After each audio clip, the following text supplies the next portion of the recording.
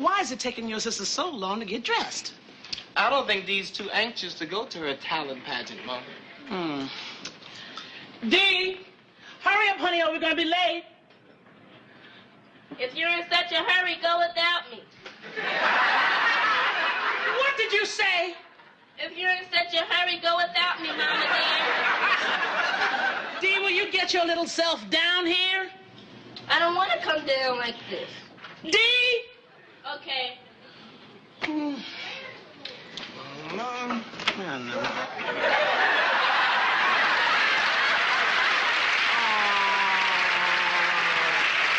Oh, don't you look cute, sweetheart. Let Mama fix this here for you. Okay?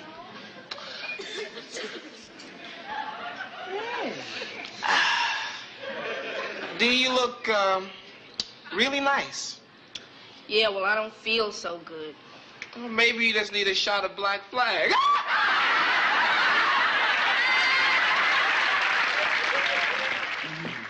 Raj really sounded excited on the phone. Did he tell you what he wanted? No, he just had to meet him here after Dee's talent night. He had something to show us. I remember my 6th grade talent night. Man, I played the drums. Yeah, I was so good at my 6th grade talent night, they made me do an encore. You repeated the whole act? I repeated the whole 6th grade. Well, did you two decide yet? I want a bowl of ice cream. What flavors do you have? Vanilla, strawberry, and meatloaf. Meatloaf ice cream? Yeah, we had a little accident in the kitchen today. See, Rob dropped the meatloaf in the ice cream tray. So you either have ice cream with meatloaf or meatloaf with ice cream. I think I'll have vanilla. Okay. I'll try a meatloaf milkshake. You got it? Hey, everybody. Hey! What's happening? Hey, hi. Oh, Raj, you didn't have to bring flowers.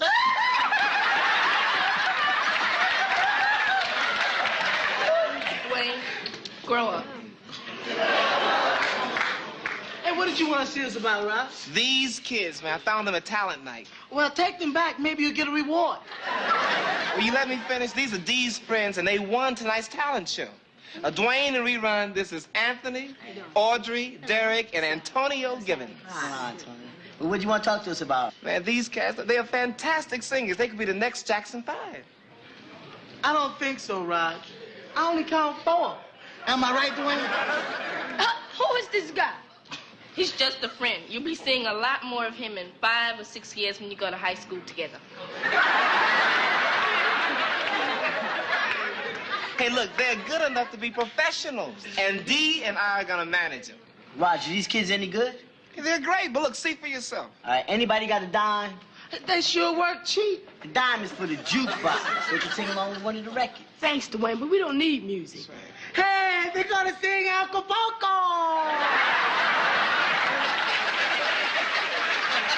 You want something? Oh, yeah, Shirley, would you dim the lights just a little? And Dwayne, help me move this table over a bit. No, I'm talking about ordering. See, this is a restaurant, Roger, not the Apollo. I know, Shirley, but these kids are fantastic. Just wait till you hear them. Well, let me see what I can do. Show me something. Hit it. Bubbly brown sugar, if you feel one up in shout. Bubbly brown sugar, George, what it's all about. Bubbly brown sugar, bubble with a happy beat. Bubbly brown sugar is a stimulating Harlem treat. Bubbly brown sugar, George, what it's all about. Bubbly brown sugar, bubble with a happy beat. Bubbly brown sugar is a stimulating Harlem treat. Bubbly brown sugar, if you feel one of the big shots.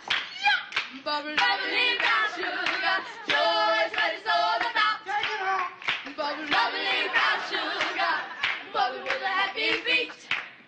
Bubbly brown sugar is a stimulating Harlem treat. Bubbly brown sugar, if you feel one of the big shots. Bubbly brown sugar, George, what it's all about. Bubbly brown sugar, bubble with a happy beat. Bubbly stimulating girl is a stimulating Harlem Street. Yeah.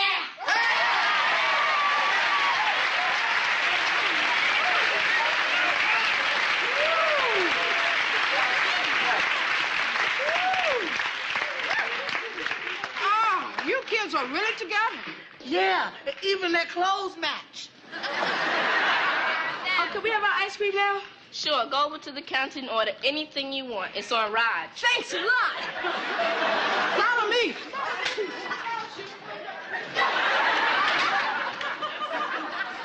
Dee, why did you tell them I was paying for the ice cream? Just keeping the clients happy.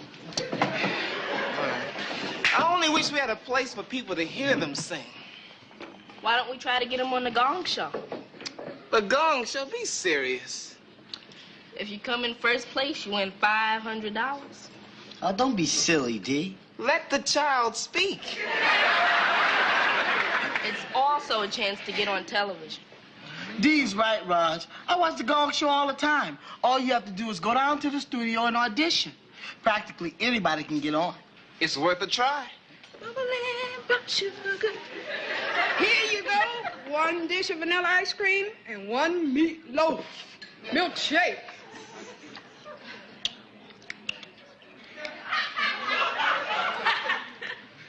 Needs more gravy. Okay.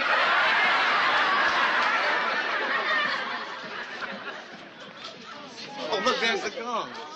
You know when they go on the television, they be going Fighting over Excuse Excuse me. I'm nervous. Just stay close.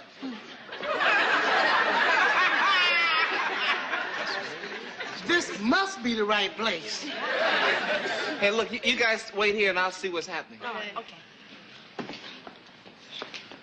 Hey, excuse me, I'm looking for Mr. Davidson. Do you know who he is? Yeah, he'll be right back.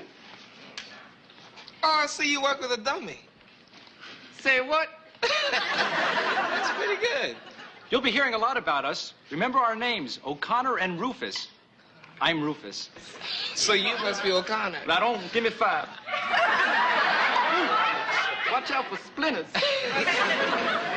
See you later. Right on, bro. Oh, Raj, what's up? I was over there talking to that dummy.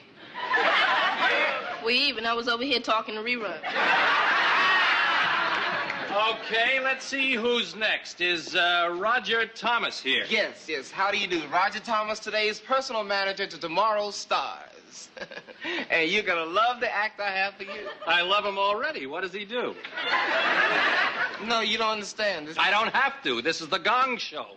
The weirder, the better. Now, what do you do? Well, I dance a little. Rerun, that's not fair. You're right. I'm terrific. Let's see. Well, I can't dance without music. Well, what do you want us to play? Side 2.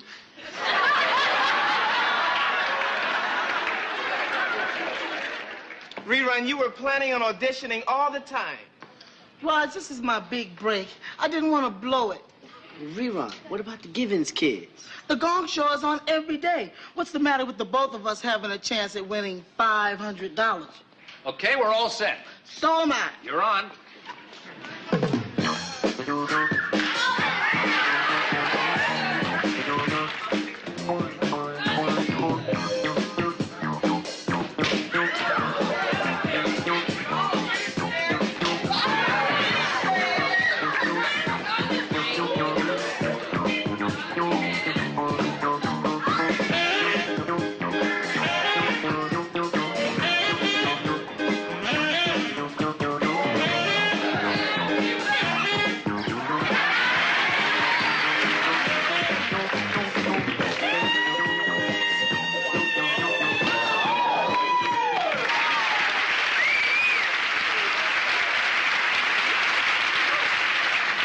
Terrific. Now, if you'll just step outside and see my assistant, she'll tell you what show you're on and what you have to do. Great, thanks. Well, congratulations, Mr. Thomas. Your client has a lot of talent. He's not my client. Oh? They're my clients. Cute kids. What do they do? They sing. Look, they don't just sing, they sing. A song should be sung, it should be sung. Kid, you're making me sick. Not sick. Sick! Rod, can we just sing? Yeah. Come on, kids. Let's show them, all right? Right. A 1 and a 2. Bubbling brown sugar, if you feel wanna jump and shout. Bubbling brown sugar, joy's what it's all about. Bubbling brown sugar. Okay, kids. That's enough. What, you don't like them? Like them? I love them. I'm booking them on Friday night show.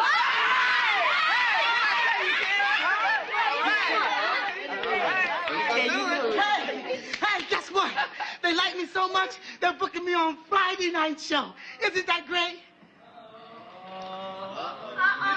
Hey, look, I know you're all shocked, but don't worry. I can't lose.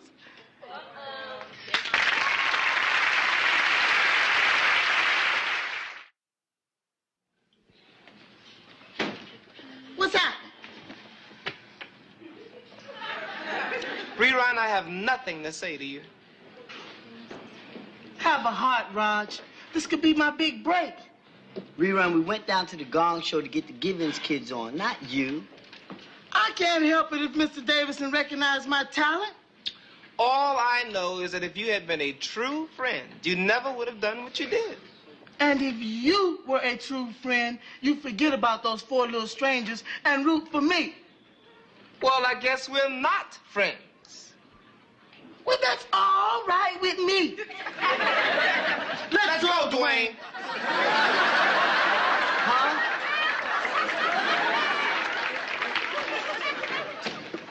Dee, aren't you finished yet with the books? We only manage 1 act.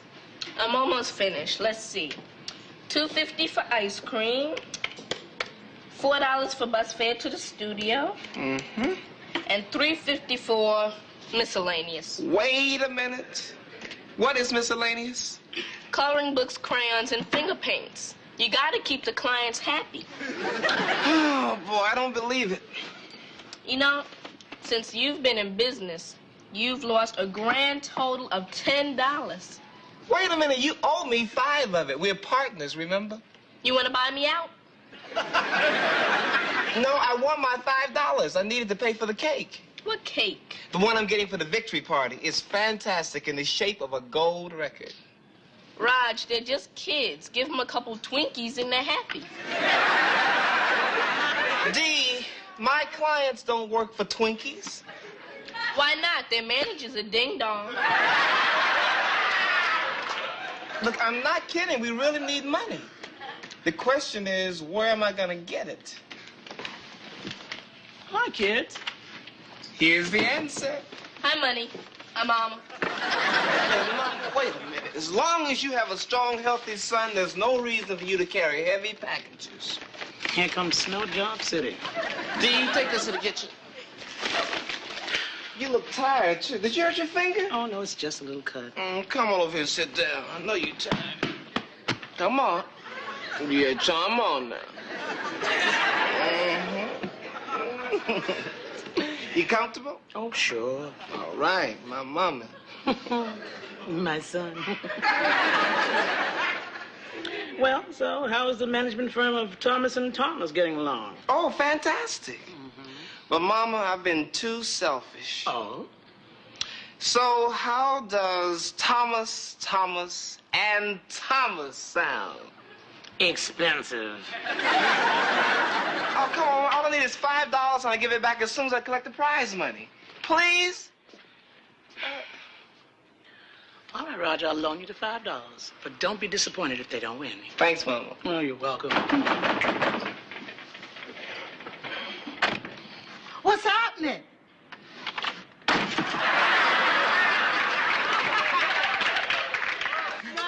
I come in? Come on in. Raj, I've been giving the Gong Show a lot of thought, and I realized that our friendship might really suffer if the Givens kids and I are on the same show. Well, at least our friendship means something to you. Yeah, there's only one way for everybody to be happy. Rerun, I'm glad you finally come to your senses. I sure have. And that's why you gotta tell the kids to back out. You came here just to tell me that?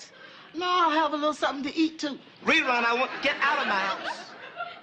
Then you'll think about it? No, I won't think about it. I'm not pulling the Givens family off the show. All right. How does this sound? We'll both do the show, and if either one of us wins, we'll split the $500. Why should I agree to that? Because that way everybody have a better chance to win something. I don't know, Rerun. Raj, think about it. We'll split $500. Isn't $200 apiece better than nothing? That's $250. Sure is, Raj. You're a pal. It's a deal.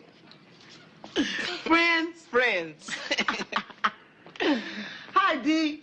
What's he doing here? Hey, don't worry, Dee. I have everything under control now. I'll get it. Do you think the Givens kids will go for this idea? Of course they will. I'm their idol. They look up to me. They do anything I tell them. Okay. All right, hold on. Raj, it's Audrey Givens. She doesn't care what you say. She's not wearing that dumb yellow dress. Give me a moment. I'll handle it. Now, Audrey, about that yellow dress. Now, look, you gotta get... Audrey? Audrey? Audrey! Hey, I'm a little nervous, Rufus. What do you have, butterflies in your stomach? No, I think it's termites. Well, don't be afraid. Hey, look now, kids, don't be nervous. This is just the same as school talent night, but it's television. Right. And instead of your parents, there are millions of people watching. Yeah, that's right. So when you go out there, just forget that there are millions of people watching. Right. Millions? Hey, you can't go out there. Are you crazy? There are millions of people watching. Raj, you're setting a bad example. How's Rerun doing? Okay, he's backstage warming up. Yeah, well, look, partner, we're just about to get in here to the big time. Oh! Rerun. Oh! My leg! I hurt my leg. Oh, What happened? I was backstage rehearsing. I think I pulled something. Did you call the vet?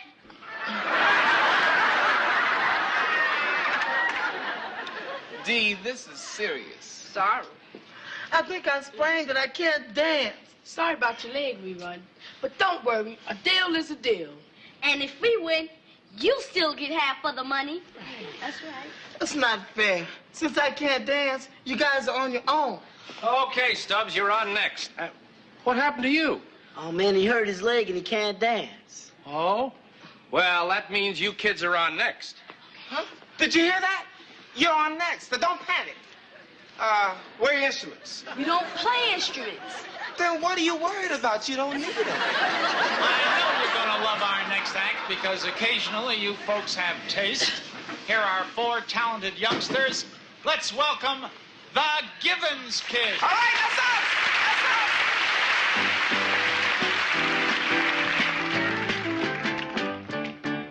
Bubble, bubble in brown sugar. If you feel one of the big shout.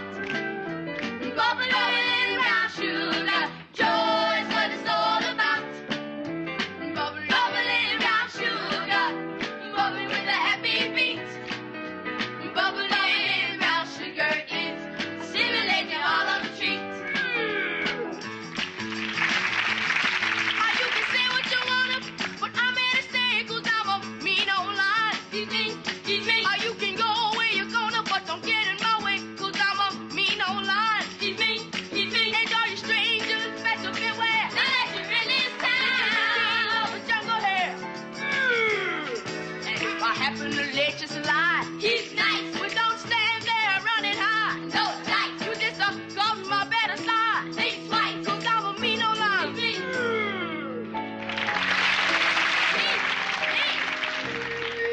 It's the strong gets more, while the weak ones feel empty pockets.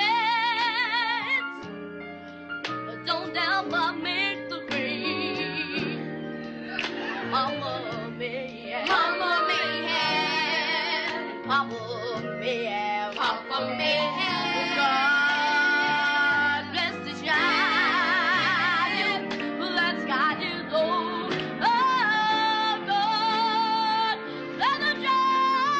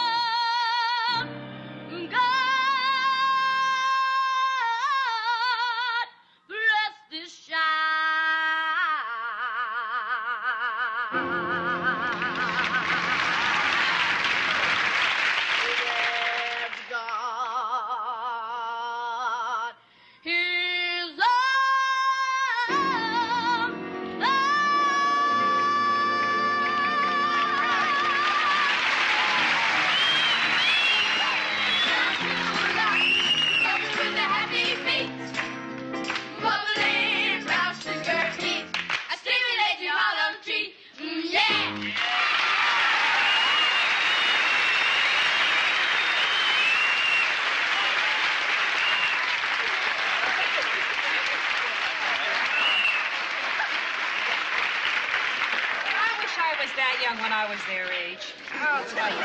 I think they were terrific. I gave them a 10. All right. I tell you, they are dynamite, out of sight, just like a little bitty Gladys Knight in the Pee Wee pit. You know what I mean? I'm going to give them a 10. All right. I thought they were great. 3 marvelous little guys, 1 cute little girl. They remind me of the Givens kids. They are the Givens kids. Well, then I'm giving them a 10. And with a total of 30 points, it looks like the winners of tonight's show are the Givens kids.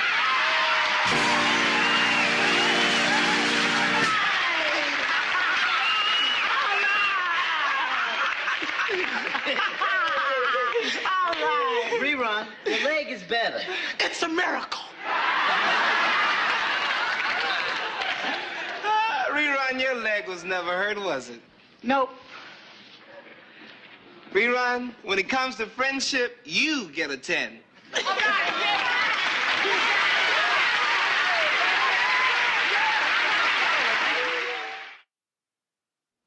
Wow, I still can't believe that I discovered those kids.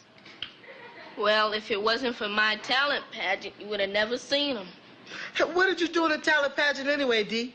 You want to see? Yeah. A quarter each. What? Water. Quarter each. All right. All right.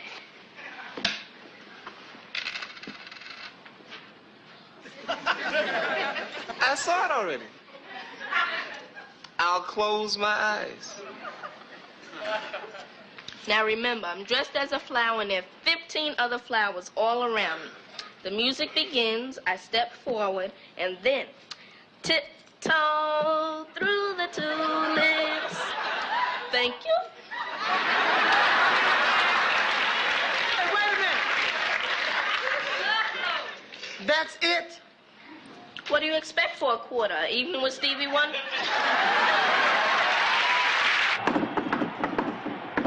Come in, Dwayne. Hey, watch out, Raj. Oh, yeah. They used to call me Mr. Touchdown. All right. Yeah, they used to call me Mr. Pigskin. All right, brother, let's make it. You guys go ahead. I'll catch up later. Hey, what's the matter? You gentlemen seem to forget that I am the man of this house. And in that position, I have certain important responsibilities to carry out. Okay, Raj, we'll wait. Go ahead, take out the garbage. Yeah, take out the garbage, bro.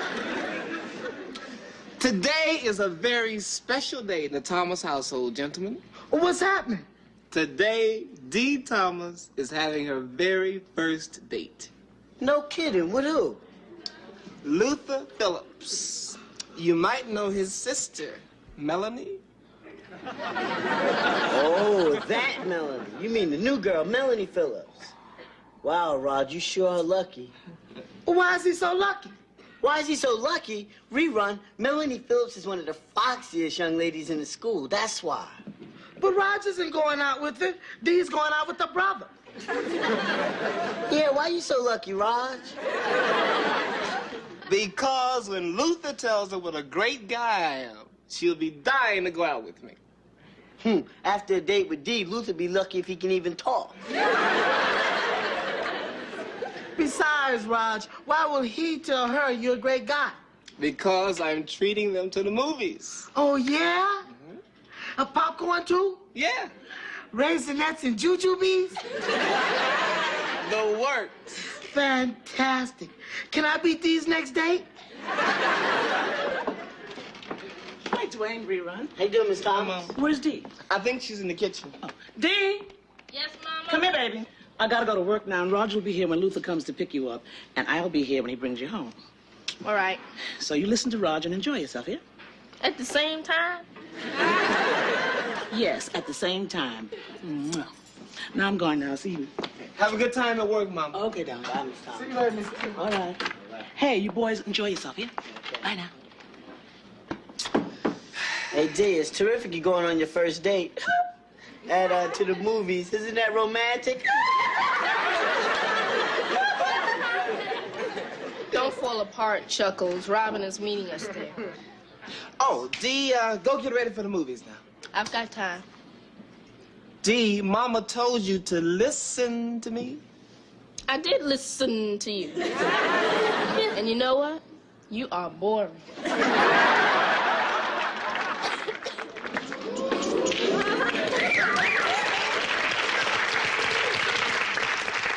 Hey, D, you look beautiful. I know. This is one of my best outfits. This dude better be worth it. He is. But Mama wouldn't let you go out with him if she didn't think he was a gentleman. And he comes from a very nice family. How do you know? His sister has great legs. So look, you gotta be nice to him, all right? If he's nice to me, I'll be nice to him. If not, he'll be eating popcorn and spitting out teeth. Spitting out teeth? Where did you hear such terrible language? From Melanie's brother. It's catchy. I like it. I wonder why the little fella picks it up. Television. That's all he does day and night, watch TV. That's cute. I like that in a youth. Oh, no, that's him. Look, straighten up, D. Now, be nice to him, all right? And it won't hurt you to say something nice about me. It won't hurt me. Give me a quarter, might even feel good. Hey, Mama, what it is? Bad grammar. And I'm not your mama. Hey, how you doing, my man? Hey, give me 5, bro. All right. I didn't hurt you, did I? Hey, is Horn Rims with you? Horn Rims? Are you talking about me? That's cute. He's my brother. Oh, really? No kidding? Where's the rest of them? The rest of me? Hey, well, I mean, you are a skinny man, and you could take that to the bank and tell them Beretta sent you. You got that? Later, pretzel stick. Let's go, baby. Later, Pretz.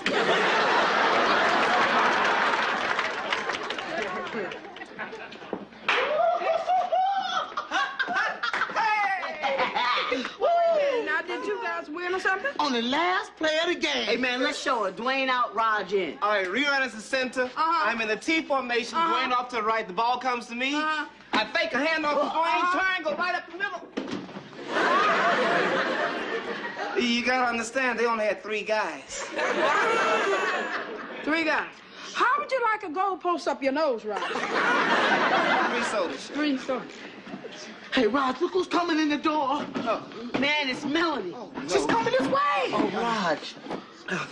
Gorgeous, Raj. Gorgeous. Oh, thank you, Dwayne. I'm talking about Melanie. Hi, I'm Melanie Phillips. We were in Algebra 1 together. Excuse me. If you need any help with your homework, let me know. I've had Algebra 1 3 times. Rerun, Melanie is in my algebra class. Oh, excuse me, you want to sit down? Oh, no, thank you, Roger. I was just passing by and I saw you, so I came in to say hello. You recognize me from the back? Well, I sit behind you in class. You know, your sister's out with my brother now. No kidding? Are you Luther's sister? Talk about coincidence. I didn't know that. Sure you did, Raj. Remember what you said at your house? Yeah, I do remember now. My mind has been so cluttered with my charity work. Well, I hope the kids have a good time. Oh, when you are out with the Thomas, you always have a good time. Oh. Hey, maybe we'll double date with the little one sometime. Well, if they let us. I gotta get back to work now. Goodbye. Goodbye. Bye, little gorgeous.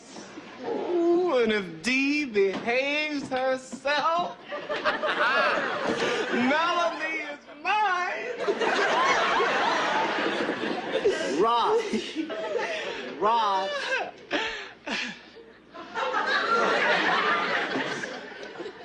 Raj, tell me, can you remember your very first date? Oh, man, I never will forget it. It was with Lynn Jones. We went to the roller rink together. She could skate backwards. Bet you turned out perfect, right? Not Here exactly. you go. 3 sodas. Shh. Raj is telling us about his first date. All right, when is it? A long time ago, Shirley. Oh, come on, Raj, just tell me what happened with Lynn. Oh, okay. Well, to make a long story short, I tried out a fancy move and got a concussion. The same thing happened to my last day.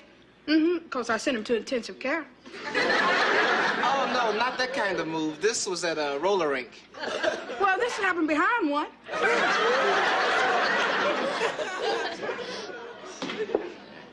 D! Luther! Luther and D. Oh, Luther, I see you're still with D. I'm glad you didn't Luther.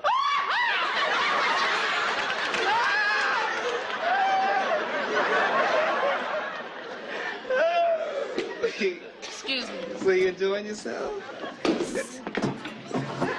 Will you keep it down? They know me around here.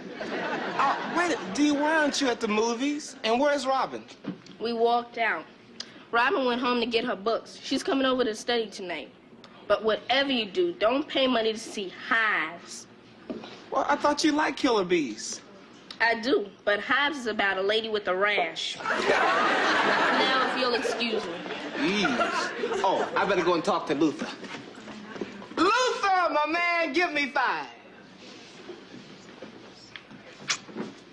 Who loves you, baby? Come on, Raj. Let the kids have their moment. Yeah, Raj has to go now. We're going to finish our football game later. Hey, maybe we can play backgammon or basketball or football sometime, all right? Maybe on a weekend. Hey, mention me to your sister, all right? The only way I can explain it is that years ago he fell on his head at a roller rink. Well, he is a square, D, but he likes you. And I like that. You know, he reminds me a lot of John Boy. I wish my family liked me. Why doesn't your family like you? I don't know. Probably because they don't like each other. Can we not talk about this? Yes, we cannot.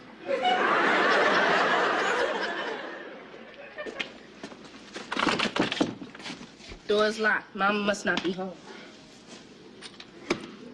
Hey, let me do that.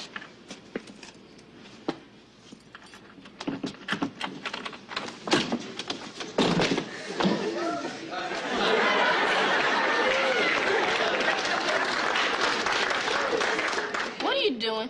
SWAT team training, in case there's a prowler inside. Well, Mama's not home, so you gotta go. Why? Mama doesn't allow me to have visitors when she's not here. Oh, I can dig it. They got the same rules like that on Little House on the Prairie. Hey, can we talk on the porch like they do on the Waltons? Why don't you ship out like they do on Love Boat?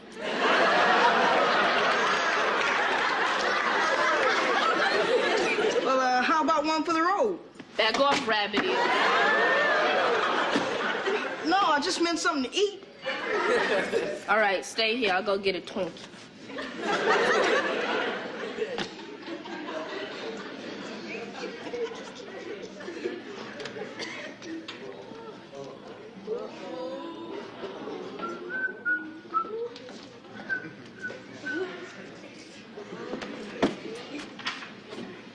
Luther?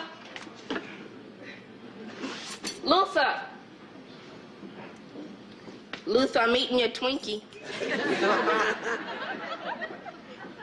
If you're trying to play the Invisible Man, that show was canceled.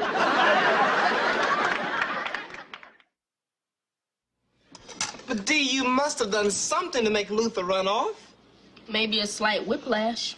Whiplash? Terrible! Roger, what's wrong with you? He's upset because he thinks I spoiled his chances to go out with Luther's sister. Roger, is that true? Yes, Mama.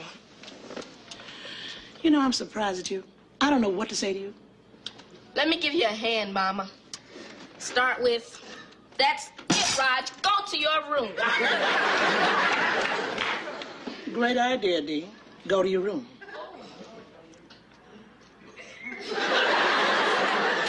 Why me? Why you? Because Robin came over here to do homework with you. Now go do it. All right, let's go, Rob. Okay.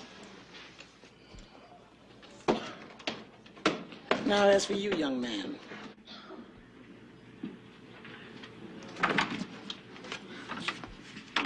What? Luther! Hey, Mama, what's happening, Robin? What are you doing here? I thought you went home. Home? No way, Jose. I've been here. Well, you got to get out of my room. The only man I allow in here is Raj, and he has to pay admission. So, if you don't leave, I'm going to turn you over to the authorities. You mean the police? Worse, my mama. Hey, D, don't bust me. Just be cool. Be cool. I'm cool. Then go home, Eskimo. I can't. Well, you can't stay here. I bet your parents are worried about you, Luther. My parents? Worried about me? That's a laugh. D, you don't know about these things. You've got a terrific house. You've got a terrific mother. You even got a terrific brother. Don't get carried away. Well, anyway, I've got a sister who's never home and parents who hate me. Can't be that bad. You've never been around alcoholics before, have you? Alcoholics! That's right. My folks drink all the time. They can't help it, and they're always hitting me, too. I guess things are pretty rough for you. Well, you haven't heard anything yet. You know, one time my parents made me spend the whole weekend under the kitchen sink. Really? Raj, are we gonna play? Huh? Are we gonna play? Oh, yeah. I was just thinking about Melanie. How could Dee have done this to me? Raj, you're taking this pretty hard. You don't even really know Melanie. I was on my way. You heard how she liked the back of my head? From there, it was just a short hop to the front of my face.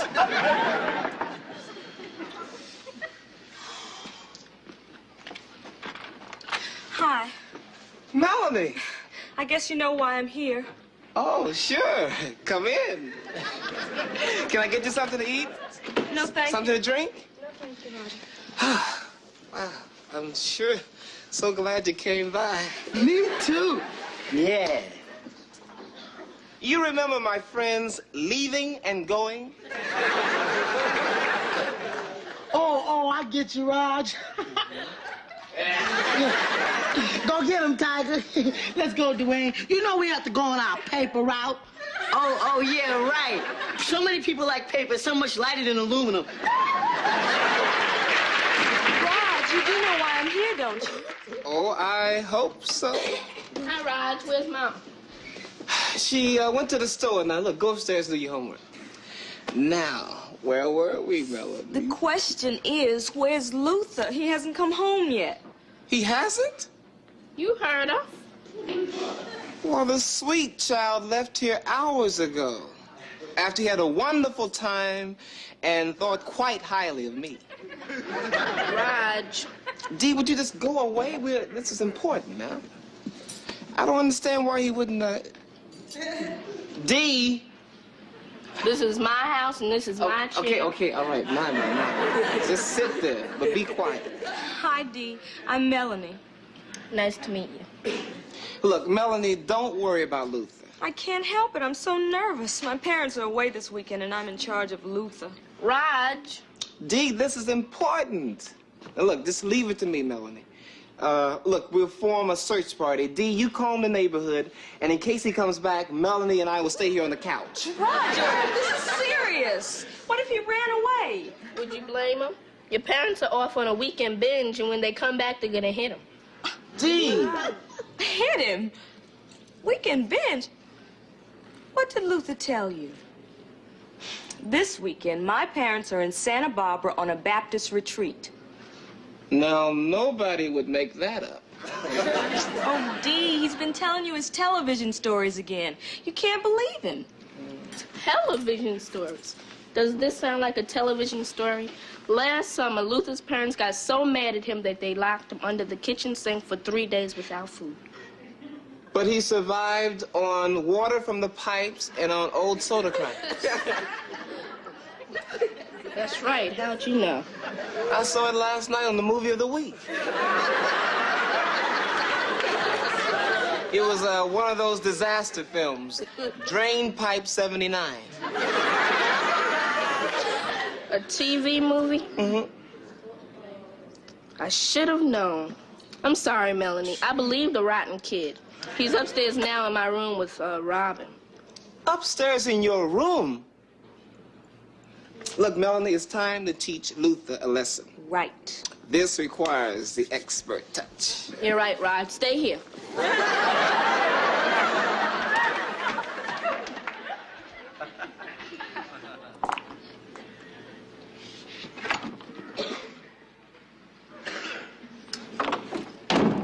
great news. I called your parents. His parents? You didn't call my parents.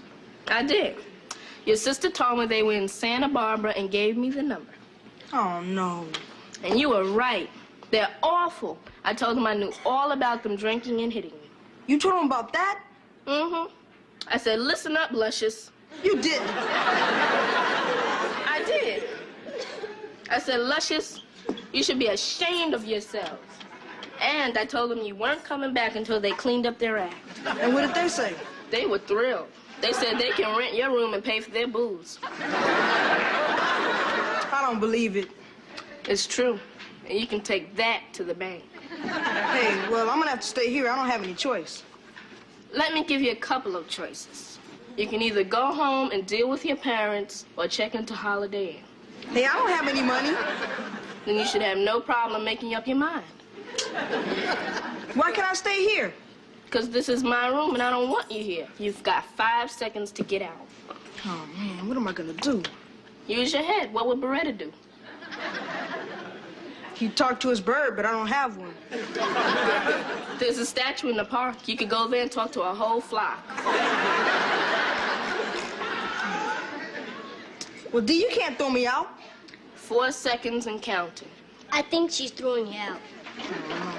This is as bad as my house. I hope I never see you guys again. Just in case we don't. I'm so glad we had this time together.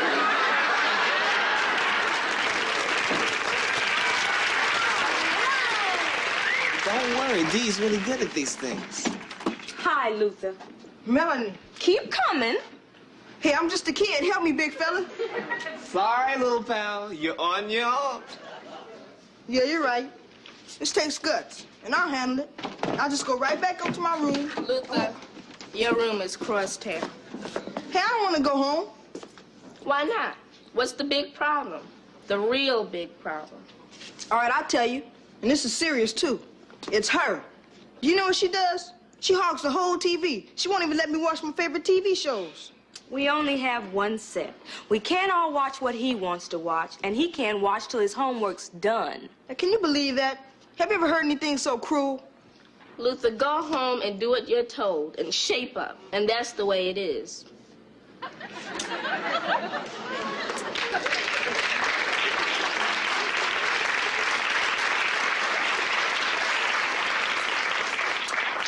Thanks, Dee. Good night, Robin. Good night. Good night, Roger. Oh, Melanie. Can I see you again? Give me a call. I will.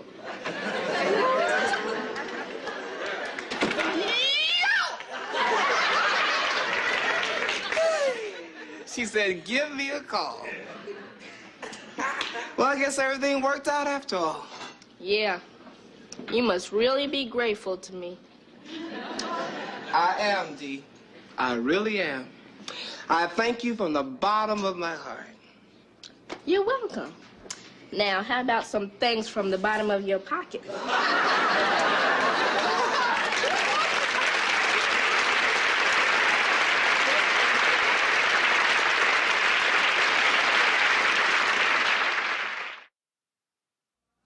Come on, Rod. Call Melanie. She said for you to call her. No, I don't want to seem too anxious. It's only been 48 minutes. Man, that's almost an hour. An hour? Yeah. An hour?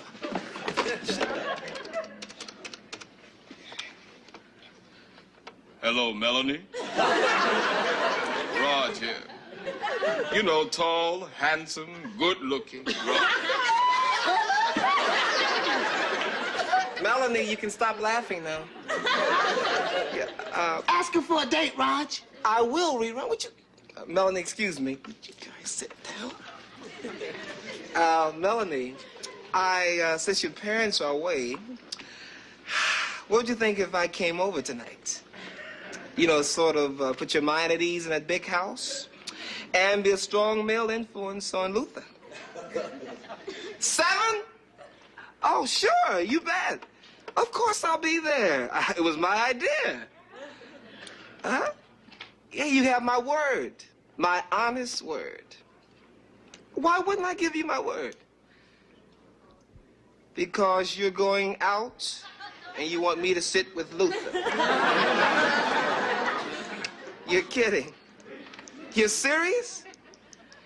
All right, look, okay, give me the instructions to your house, but talk quickly because we've had a lot of trouble with the phone lately.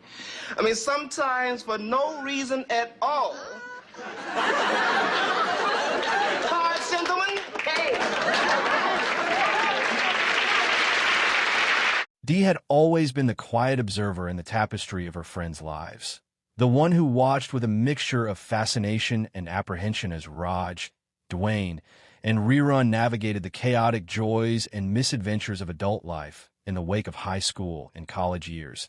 And yet today, she felt a ripple of excitement that she hadn't experienced in years. A tingle that seemed to start in her chest and spiral outward as she adjusted the hem of her floral blouse and tugged at the collar of her cardigan, checking herself in the mirror one more time, even though she had already done so multiple times over the past hour, ensuring that every strand of hair lay just so and that her makeup, subtle yet deliberate, enhanced the features she was most confident about without appearing forced, because tonight was important. Her first official date in what felt like a lifetime, and though she had gone on casual outings with acquaintances, this was the one that carried the weight of anticipation.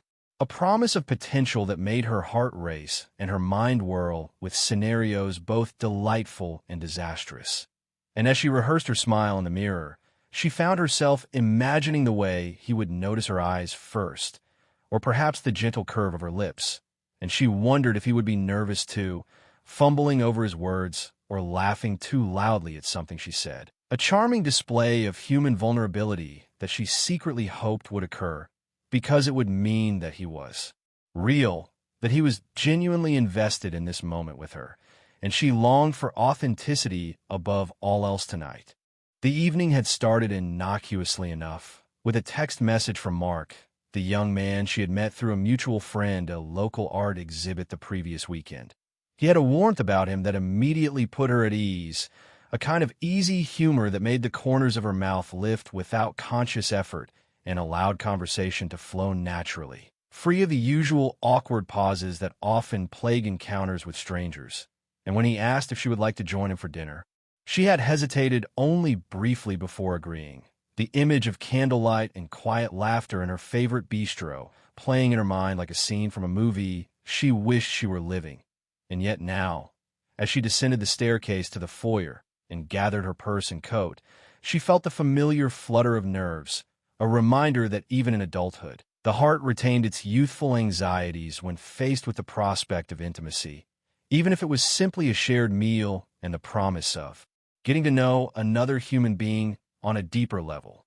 Her friends had been predictably supportive, yet each offered their own brand of cautionary advice that ranged from the practical to the absurd. Rerun had insisted that she rehearse every potential conversation starter, offering an arsenal of questions about hobbies, travel, and favorite books, as if he were preparing her for an interview rather than a date, while Raj had simply encouraged her to be herself, but had added a cryptic warning about the dangers of overanalyzing every gesture and word, as if the universe itself conspired to punish those who dared to hope too openly. And Dwayne, the ever-pragmatic observer, had shrugged and reminded her to keep her expectations realistic while secretly slipping her a note with a doodle of a heart and the words, "You got this," a small gesture that made her laugh and softened the knot of anxiety tightening her stomach. The combination of affection and teasing from her friends a reminder that she was not navigating this new territory alone. When she reached the street, the cool evening air brushed against her skin, carrying with it the sense of freshly baked bread from the corner bakery, the faint tang of gasoline from a nearby station, and the sweet undertone of blooming jasmine from a neighbor's garden, a sensory tapestry that grounded her in the present moment, reminding her that the world continued in its ordinary rhythms, even as her heart threatened to leap ahead with anticipation, and she spotted Mark leaning casually against his car, a gentle smile playing on his lips as he straightened when he saw her, the way his eyes crinkled at the corners causing a warmth to bloom in her chest and making her momentarily forget the nervous checklist she had rehearsed in her mind for the past hour. "Dee," he said, his voice carrying the easy charm she had first noticed at the gallery, and she found herself smiling without thinking, her nervous energy translating into a kind of radiant excitement that made her feel both vulnerable and empowered, a rare duality she cherished. And as he opened the car door for her, she felt a flicker of something daring and adventurous ignite within her, a willingness to step into the unknown and embrace the possibility of connection, no matter how tentative or fragile it might be, because she had spent too many evenings observing life from the sidelines and too many mornings imagining what could be rather than daring to pursue it. The drive to the bistro was filled with a comfortable silence, punctuated by occasional small talk, the kind that felt like testing the waters, probing the surface of a lake without plunging into the depths too quickly, and Dee found herself alternating between moments of self-conscious scrutiny and genuine curiosity, noting the way Mark gestured when he spoke, the rhythm of his laughter, the slight hesitations that suggested thoughtfulness rather than uncertainty, and she realized that she was already enjoying the texture of this interaction, the subtle dance of personalities discovering resonance, even before the main event of dinner had begun, because sometimes the magic of a first date lay not in the planned moments, but in the unscripted spaces between words and glances, the shared laughter over a minor anecdote, the mutual recognition of nervousness masked by casual humor, and the tender acknowledgement of presence that signaled the possibility of trust forming slowly and deliberately between two individuals navigating the delicate art of intimacy for the first time. Upon arrival, the bistro radiated warmth, its dim lighting casting soft glows on polished wooden tables and tufted booths, the gentle hum of conversation mingling with the clink of silverware and the occasional pop of a cork, creating an ambience that was both lively and intimate, a perfect setting for an evening meant to bridge the gap between strangers and something more profound. And as Dee and Mark were seated at a small corner table adorned with a single flickering candle, she noticed the way the flame danced in reflection in his eyes, a subtle metaphor for the tentative spark of connection she felt flickering within herself. And she resolved to embrace the evening fully, to allow herself the liberty of expectation without the burden of rigid anticipation, to experience the unfolding of the night moment by moment rather than attempting to script it in advance. The menu offered an array of dishes that tempted both their palates, and they found themselves laughing over shared indecision, teasing each other about culinary preferences and past dining mishaps, the conversation flowing with a rhythm that felt at once effortless and exhilarating, as though they were discovering not only each other, but the way they could co-create moments of levity and understanding. Small but significant gestures that spoke volumes about compatibility, empathy, and the subtle art of human connection. And Dee felt a swelling of gratitude for the serendipity that had led them to this encounter, a reminder that life, despite its unpredictability and occasional absurdities, sometimes aligned to offer glimpses of something tender, beautiful, and deeply human. As they shared stories of childhood escapades, college exploits, and personal dreams yet to be realized, Dee noticed the way Mark's eyes lit up when he spoke about his passions, the way his laughter echoed her own in harmonious cadence, and she realized that the nervous tension she had carried since the morning was melting into an exhilarating sense of presence, a feeling of being wholly alive in the moment, attuned to the nuances of human interaction that often went unnoticed but were profoundly shaping the texture of connection. As she began to recognize that first dates were not merely about evaluation or judgment, but about the mutual discovery of potential, the opening of a space where vulnerability could be met with kindness, humor, and the delicate thrill of anticipation. By the time dessert arrived, a shared chocolate mousse that they playfully fed to each other with laughter and teasing commentary, Dee felt a surprising sense of ease, a warmth that radiated not only from the shared meal, but from the shared experience, the intimate yet playful exchange that marked the transition from strangers to companions navigating the early stages of knowing and being known. And she found herself imagining the possibilities that lay ahead, not in a prescriptive sense, but as an unfolding narrative that could evolve in myriad directions depending on the choices they made together, the trust they cultivated, and a willingness to embrace the serendipitous nature of human connection with openness and curiosity. Because even amidst the uncertainties of life, moments like this, fleeting yet potent, carried the potential to shape the contours of memory and emotion for years to come. When the evening concluded and they stepped back into the cool night air, the city lights twinkling like scattered diamonds on the horizon, Dee felt a gentle flutter in her chest, a reminder of the vulnerability inherent in opening oneself to another, tempered by the exhilaration of having taken a step into the unknown and found resonance rather than disappointment. And as Mark walked her to her door, their hands brushed in a tentative yet electric gesture that spoke of possibility without presumption, and she realized that the significance of this first date was not in a singular gesture or declaration, but in the accumulation of small, authentic moments that together created a sense of connection, anticipation, and hope, a delicate promise that tomorrow, and the days that followed, held potential for discovery, intimacy, and shared joy. Standing at her doorway, Dee turned to face him, her eyes reflecting both the soft glow of the streetlight and the warmth she felt within. And Mark smiled, a genuine, unforced expression that mirrored her own feelings, a silent acknowledgement of the shared experience and the tentative bond that had begun to form over the course of the evening. And as she bid him good night, the faintest brush of a hug sealing the memory of the night in both their minds, she felt an extraordinary mixture of satisfaction, excitement, and cautious optimism, the kind that reminded her that life, with all its unpredictability and occasional chaos, was also filled with moments of exquisite possibility, and that sometimes stepping forward with courage, vulnerability, and an open heart could lead to experiences that transcended expectation, creating memories that would linger, cherished and quietly transformative, long after the candles had burned down and the laughter had faded into the gentle rhythm of a night. The morning after her first date with Mark, Dee awoke to a peculiar mixture of exhilaration and anxiety, her thoughts spinning in a carousel of recollections from the night before, each detail magnified in the quiet solitude of her bedroom, from the way his hand had brushed hers on the doorstep to the gentle cadence of his laughter echoing in her ears. And though the sunlight streamed softly through her window, painting the walls with a warm glow, it did little to calm the internal storm of anticipation and overanalysis that had taken residence in her mind, the kind of mental gymnastics that often accompanied moments of emotional vulnerability.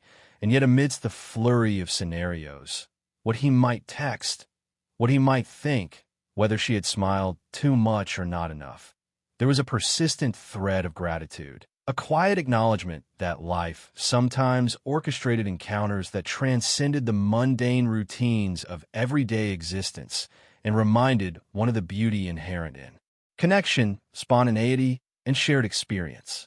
As she dressed for work, selecting a simple yet elegant blouse paired with her favorite jeans, Dee found herself practicing the conversation she might have with her friends, anticipating their questions, their teasing remarks, and the inevitable barrage of advice, both solicited and unsolicited, because in her circle, no personal milestone existed without collective scrutiny, laughter, and analysis. And though this was part of the comfort and chaos of friendship, it also added a layer of complexity to her morning, compelling her to prepare mentally for the dual tasks of sharing her experience and defending her choices, all while maintaining her composure and the illusion of effortless poise, which was never truly effortless, as anyone who knew her would attest, given her tendency toward introspection and meticulous self-reflection.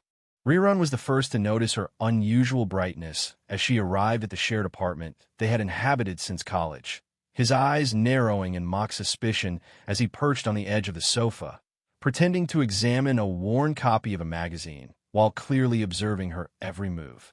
"What's got you walking around like you just discovered the fountain of youth?" he asked, his voice dripping with playful accusation. And Dee rolled her eyes, attempting to conceal the lingering warmth that the question invoked, though her cheeks betrayed her with a subtle blush. "Nothing," she replied, a little too quickly before softening into a smile. Just normal day, you know. Raj, ever perceptive despite his occasional obliviousness to social cues, tilted his head knowingly, adjusting the scarf around his neck and peering at her with an intensity that made Dee want to both laugh and hide. Normal, huh? He mused, tapping a finger against his chin. You're glowing. Something happened last night, didn't it? His grin widened as he leaned back, folding his arms in satisfaction. Dee exhaled, realizing the inevitable unraveling of her careful composure, and she surrendered with a laugh. Okay, fine, she admitted, her tone light, but carrying the subtle tremor of excitement. I went on a date. The reaction was immediate and theatrical.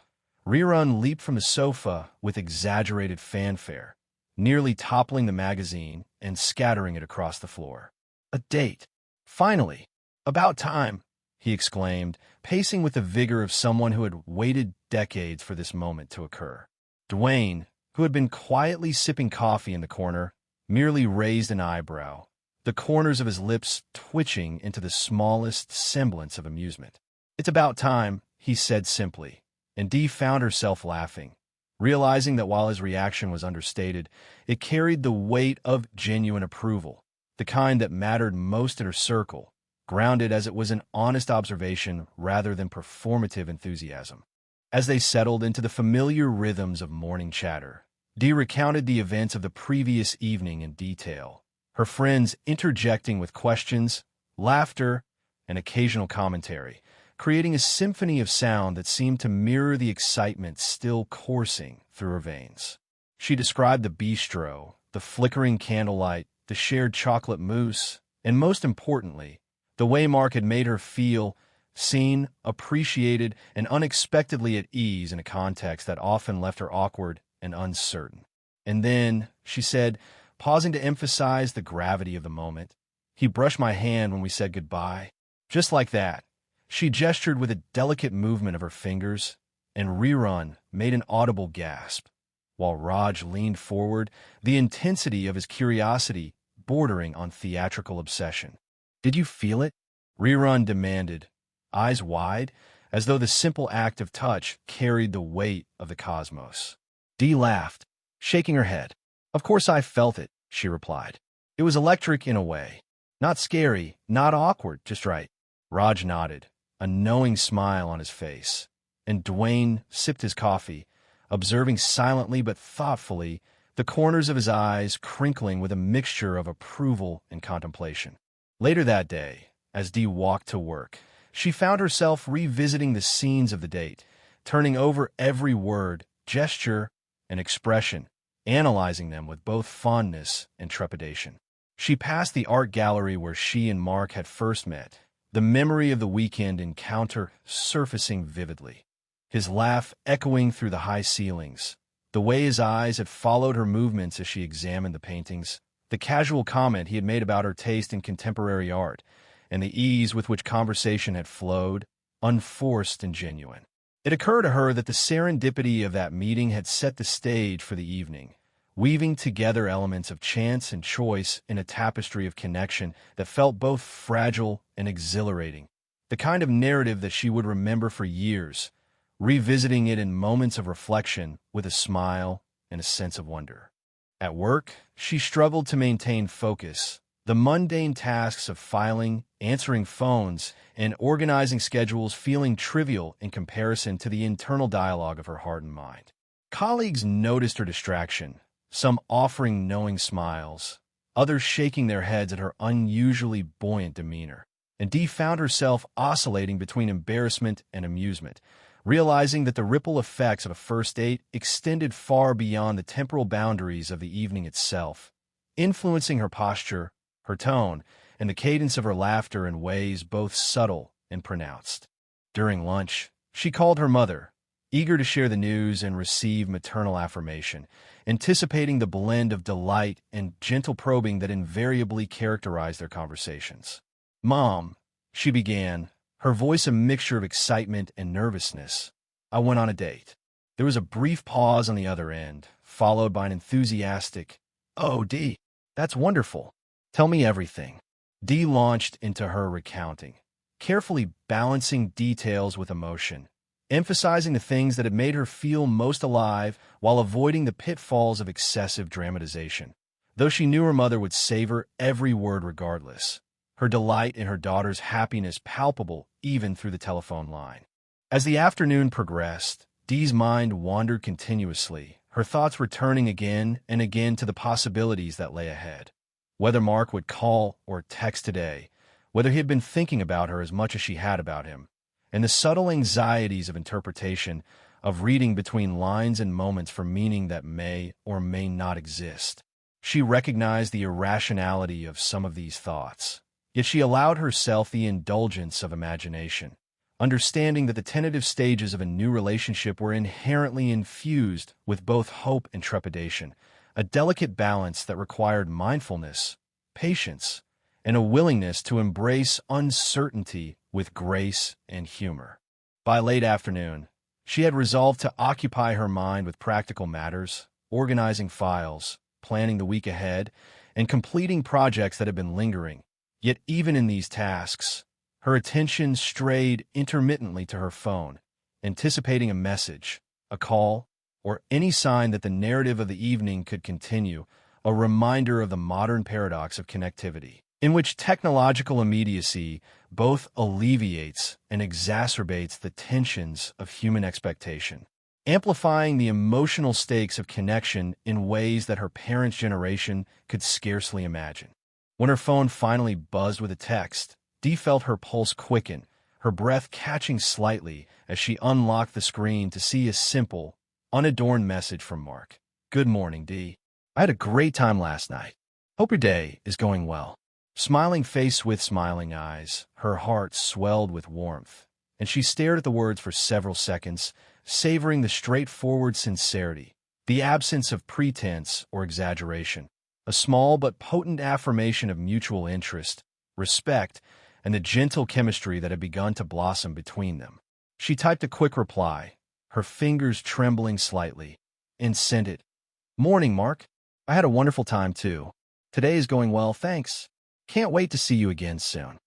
The hours until she left work passed in a blur of anticipation, each tick of the clock a reminder of the temporal distance between now and the next interaction, and yet Dee found herself grateful for the pace, the opportunity to savor the buildup of expectation rather than rushing headlong into the next meeting, appreciating the slow unfurling of connection as something delicate and significant, a living narrative that required attentiveness, patience, and a willingness to embrace the nuanced interplay of timing, emotion, and circumstance. By the time she arrived back at the apartment that evening, her friends were already gathered, Rerun sprawled across the sofa with a comic book, Raj meticulously folding laundry with the precision of a mathematician, and Dwayne perched at the small kitchen table, a cup of tea steaming gently before him. "So," Rerun asked immediately, setting the comic aside with exaggerated curiosity, "any word from the mysterious Mr. Charming?" Dee smiled, her earlier anxieties softened by the day's unfolding narrative. "Yes," she replied, holding up her phone. "He texted, and it was nice." She felt the glow of shared experience ripple through her, the comforting acknowledgement of friends who, despite their teasing and eccentricities, offered a sense of constancy and affirmation that grounded her in the midst of emotional turbulence. They spent the evening discussing the nuances of text interpretation, the etiquette of responding in a timely yet thoughtful manner, and the speculative terrain of future interactions, each friend contributing insights that range from the practical to the absurd, and Dee found herself laughing freely, the tension of the day dissolving in the warmth of companionship, the kind that allowed her to process her experiences without judgment, while simultaneously enjoying the humor and eccentricities of those closest to her, a reminder that life's milestones were enriched not merely by romantic possibility, but by the constellation of relationships, histories, and shared laughter that framed each moment with context, love, and understanding. As the night deepened and the apartment settled into quiet rhythms, Dee retreated to her room, her thoughts drifting once more to Mark, the evening they had shared, and the subtle, electric possibilities that lay ahead. She felt a sense of serene anticipation, a delicate balance of excitement and mindfulness, understanding that while the narrative of connection was still in its infancy, it held the potential to evolve in rich and unexpected ways, shaped by both the choices they made and the serendipitous moments that often punctuated the early stages of intimacy, and she allowed herself the rare luxury of optimism, a quiet acknowledgement that sometimes the heart's risks were met with the tender rewards of human connection, laughter, and shared experience, all woven together into the intricate tapestry of life's most cherished moments. The following weekend arrived with a mixture of promise and nervous anticipation. Dee waking early despite the soft hum of Saturday morning calm, her mind already racing through possible scenarios for the afternoon. Would Mark suggest a casual coffee, a walk through the park, or perhaps something more elaborate? She dressed thoughtfully, settling on a light blue dress that complemented her eyes and a pair of comfortable flats, reasoning that practicality need not overshadow charm. And as she adjusted the delicate pendant around her neck, she felt the familiar flutter of excitement paired with that tiny, persistent whisper of doubt that always seemed to accompany new ventures of the heart. The inner dialogue, a familiar companion that simultaneously cautioned and encouraged, reminding her that the stakes of vulnerability were as high as the rewards of connection. The morning was filled with small preparations, tidying her apartment with meticulous attention to detail, straightening cushions, dusting surfaces, and even organizing the bookshelf to achieve the sort of casual yet deliberate order that suggested both personality and care. And in doing so, Dee found herself reflecting on the previous week, on the way the simple act of connection with Mark had reverberated through her routines, her thoughts, and her interactions with friends, subtly altering her perception of the ordinary and imbuing the mundane with layers of meaning she hadn't realized were missing. The act of being seen and appreciated in turn amplifying her awareness of herself and her own capacity for joy. Her phone buzzed mid-morning, a brief, anticipatory vibration that made her heart leap. It was Mark, his message concise yet brimming with warmth. "Good morning, Dee. Thinking about our plan for today. Want to meet at the park around 2?" She smiled, fingers trembling slightly as she typed her reply. "Perfect. Can't wait. See you then." She sent it and reread the message several times, savoring the simplicity of the exchange, the unspoken connection, the rhythm of a budding familiarity that did not require grand declarations or overcomplication, only presence, attentiveness, and mutual curiosity. As the hour approached, Dee felt a mixture of excitement and trepidation, her chest tightening intermittently with nervous energy. She rehearsed possible conversation topics, from books to recent local events. Yet she also reminded herself to remain flexible, to allow spontaneity and authenticity to guide the encounter rather than a rigid mental script, recognizing that the beauty of a first date, or second, in this case, lay in the unpredictability. The way shared moments evolved organically and created memories not merely by intent, but by the accidental brilliance of timing, gesture, and mutual understanding. When she arrived at the park, Mark was already waiting, leaning casually against a lamppost, his posture relaxed yet attentive, his expression lighting up the moment he noticed her. The world seemed to pause for a heartbeat, the usual chatter of passers-by and the distant hum of traffic fading into background insignificance as their eyes met, and Dee felt a rush of warmth and familiarity, the kind that made even the simplest greeting feel charged with significance. "Dee," he said, his voice carrying that effortless charm she had grown fond of, and she felt herself smile, a spontaneous, unforced reflection of her internal excitement. They began walking along the winding paths of the park, the early spring air carrying the scent of freshly cut grass, the faint fragrance of blossoms just beginning to open, and the distant laughter of children blending with the soft rustle of leaves, a backdrop of ordinary beauty that somehow amplified the extraordinary nature of their shared attention. They talked about everything and nothing, anecdotes flowing as naturally as the path beneath their feet, the playful teasing and subtle probing of interests and experiences forming a rhythm that felt both invigorating and comforting, a mutual exploration that was simultaneously a discovery of each other and of the world as they perceived it. The simple act of walking side by side, transforming into an intimate choreography of shared presence. Dee noticed the way Mark gestured when he spoke, his hands punctuating stories with gentle flourishes, and the way his eyes crinkled when he laughed, subtle cues that conveyed more than words alone could capture, a nuanced language of attention and engagement that she found herself analyzing with both fascination and delight.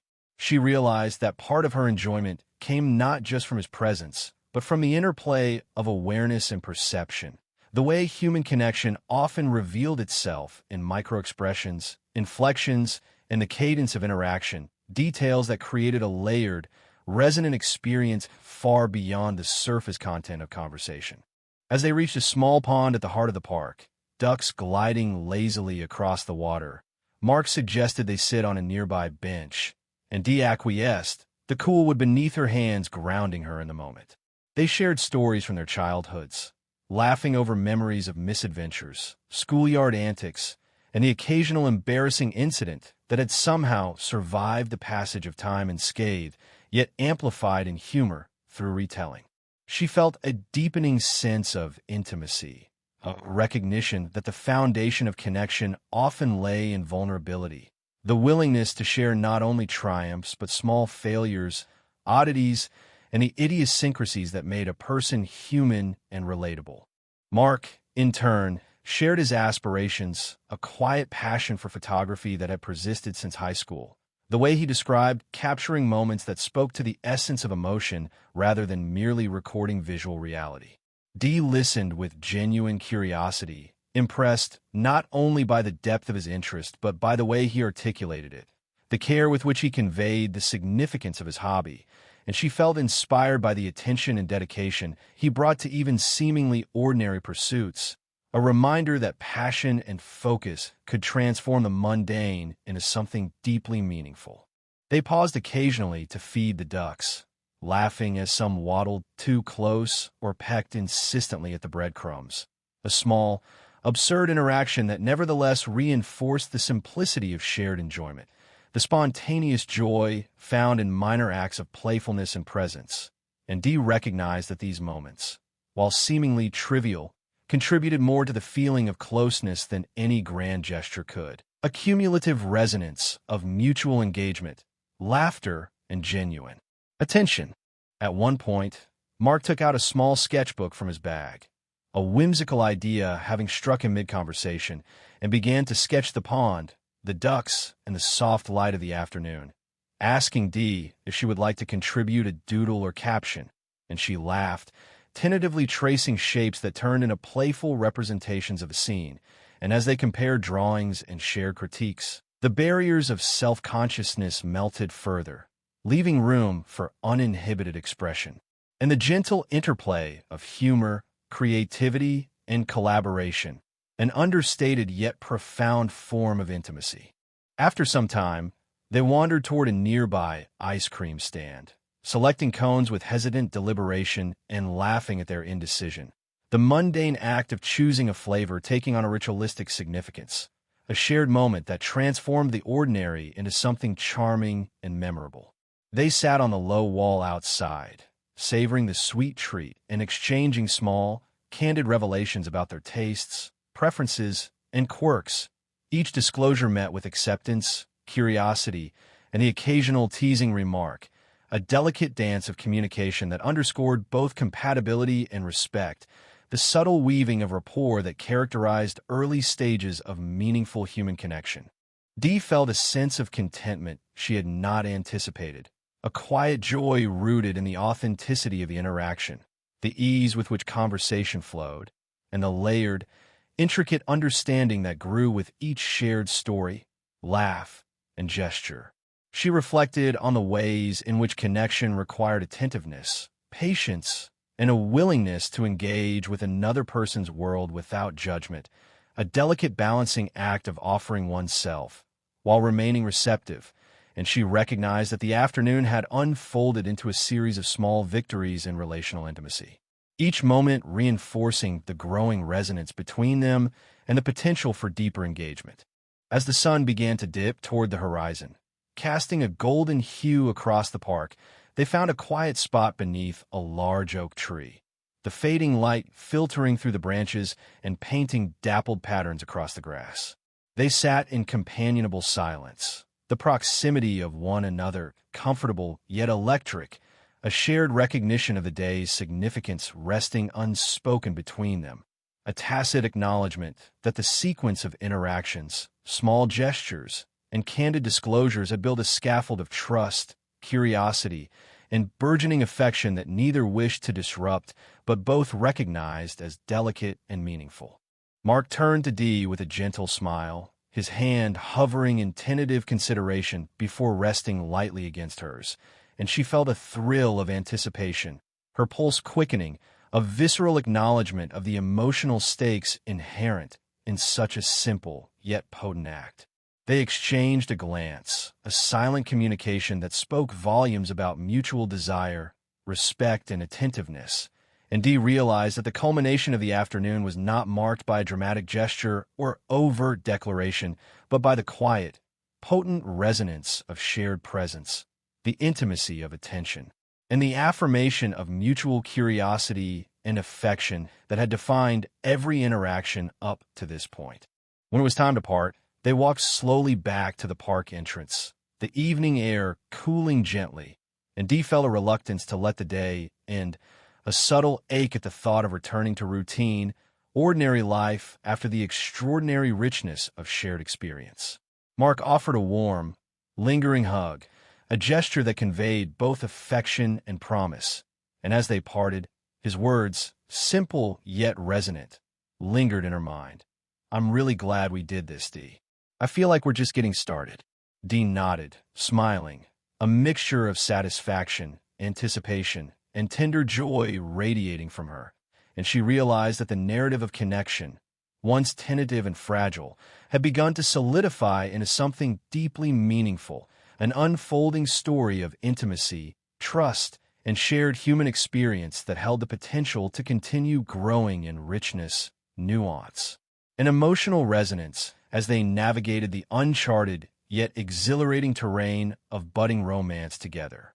The following week seemed to stretch endlessly for Dee, each day both occupied and oddly hollow, filled with the humdrum rhythms of work, errands, and routine responsibilities, yet shadowed by the persistent anticipation of her next encounter with Mark, the memory of their park date replaying like a delicate, cherished film in the theater of her mind, each scene imbued with warmth, laughter, and subtle intimacy. And she found herself both impatient for and cautious about the future, aware that the excitement of new connection carried with it the tender fragility of expectation, a duality that rendered each morning simultaneously exhilarating and daunting.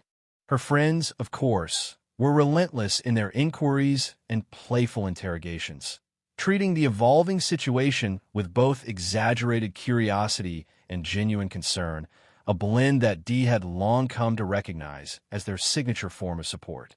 Rirun, for instance, perched on the edge of the sofa as she recounted her workday, his expression one of mock suspicion and intense fascination. "So, tell me," he demanded, leaning forward, hands clasped as if bracing for a revelation of national significance. "Have you heard from him since the park adventure?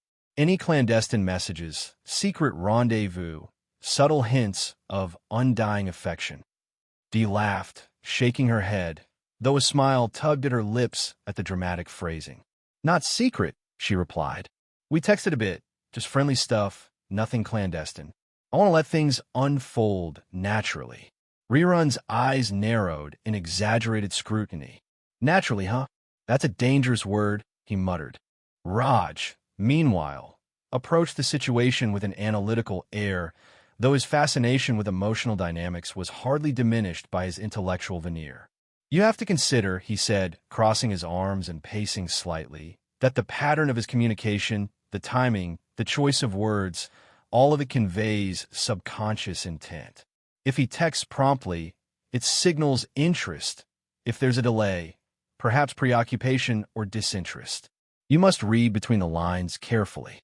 Dee rolled her eyes good-naturedly, appreciating his concern, but recognizing the peril of overanalysis. Dwayne, seated calmly at the kitchen table with his notebook, observed the exchange with a quiet smile. Or, he said softly, maybe it's just a guy who likes spending time with you and wants it to be enjoyable without needing a psychological case study. Dee laughed, grateful for the grounding influence. Even as she recognized the truth in both perspectives, her friend's eccentricities were a mirror reflecting both her fears and her joys. By midweek, the anticipation had grown so intense that Dee found herself contemplating her wardrobe, her hair, even her posture with a kind of obsessive attention usually reserved for professional presentations. She wondered, not for the first time, how one could convey both confidence and approachability, charm and authenticity, humor and intelligence, all within the span of a few hours, and she recognized the absurdity of attempting to control the complex, unpredictable dynamics of human interaction, yet she indulged in it anyway. A ritual of preparation that felt as much about personal affirmation as it did about the impending date. On the appointed evening, Dee left work slightly early, her mind alive with expectation, and as she stepped into the crisp air, she felt that familiar flutter, a combination of nervous energy and anticipatory joy that had become her companion over the past week. She navigated the streets with a sense of purpose, rehearsing casual greetings and imagined conversation topics while simultaneously allowing space for spontaneity, a delicate balance she was learning to embrace with both patience and excitement. Mark had chosen a quaint little cafe nestled in a quiet side street, the sort of place that promised both intimacy and charm, and Dee felt a surge of excitement as she spotted him through the window, adjusting the napkin in his lap with the concentrated air of someone preparing for significance. He noticed her instantly, his face lighting up with a smile that made her pulse quicken, and when he rose to greet her, the warmth of his presence enveloped her in a way that felt at once familiar and exhilarating, the comfort of recognition intertwined with the thrill of newness. "Dee," he said, extending his hand in a gesture that was at once polite and personal, and she felt the energy of the moment settle into a shared rhythm, the kind that transcended words and gestures alone. They settled at a corner table, the soft glow of candlelight reflecting in their eyes, and began the familiar dance of conversation, punctuated by laughter, gentle teasing, and moments of reflective silence, each pause an opportunity to gauge the subtleties of engagement, the nuances of emotional resonance, and the unfolding rhythm of mutual understanding. Dee found herself captivated not only by what Mark said, but by the way he said it, the inflection of his voice, the subtle emphasis on particular words, and the ease with which he navigated between humor, sincerity, and curiosity, a tapestry of communication that felt both effortless and meticulously attentive. As the evening progressed, they delved into deeper topics, exploring their respective perspectives on life, ambition, and the nature of personal fulfillment. Mark spoke candidly about the challenges he faced in balancing professional aspirations with personal passions, the compromises he had made, and the lessons he had learned, while Dee shared her own reflections on independence, growth, and the delicate negotiations of adulthood.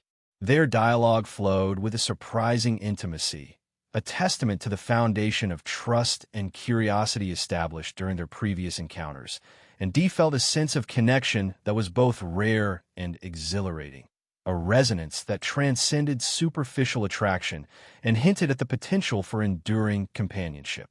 At one point, Mark suggested a spontaneous detour to a nearby bookshop, a whimsical idea that Dee embraced enthusiastically, and together they wandered among the shelves, exchanging recommendations, sharing favorite passages, and laughing over literary quirks, the act of discovery both playful and intellectually stimulating. Dee felt a sense of delight at the effortless blending of humor, intellect, and curiosity, recognizing that connection was not merely a matter of shared interests, but of the ease with which individuals could engage with one another's minds, imaginations, and emotional landscapes, the subtle interplay of thought and feeling creating a tapestry of interaction that was as rich as it was enjoyable.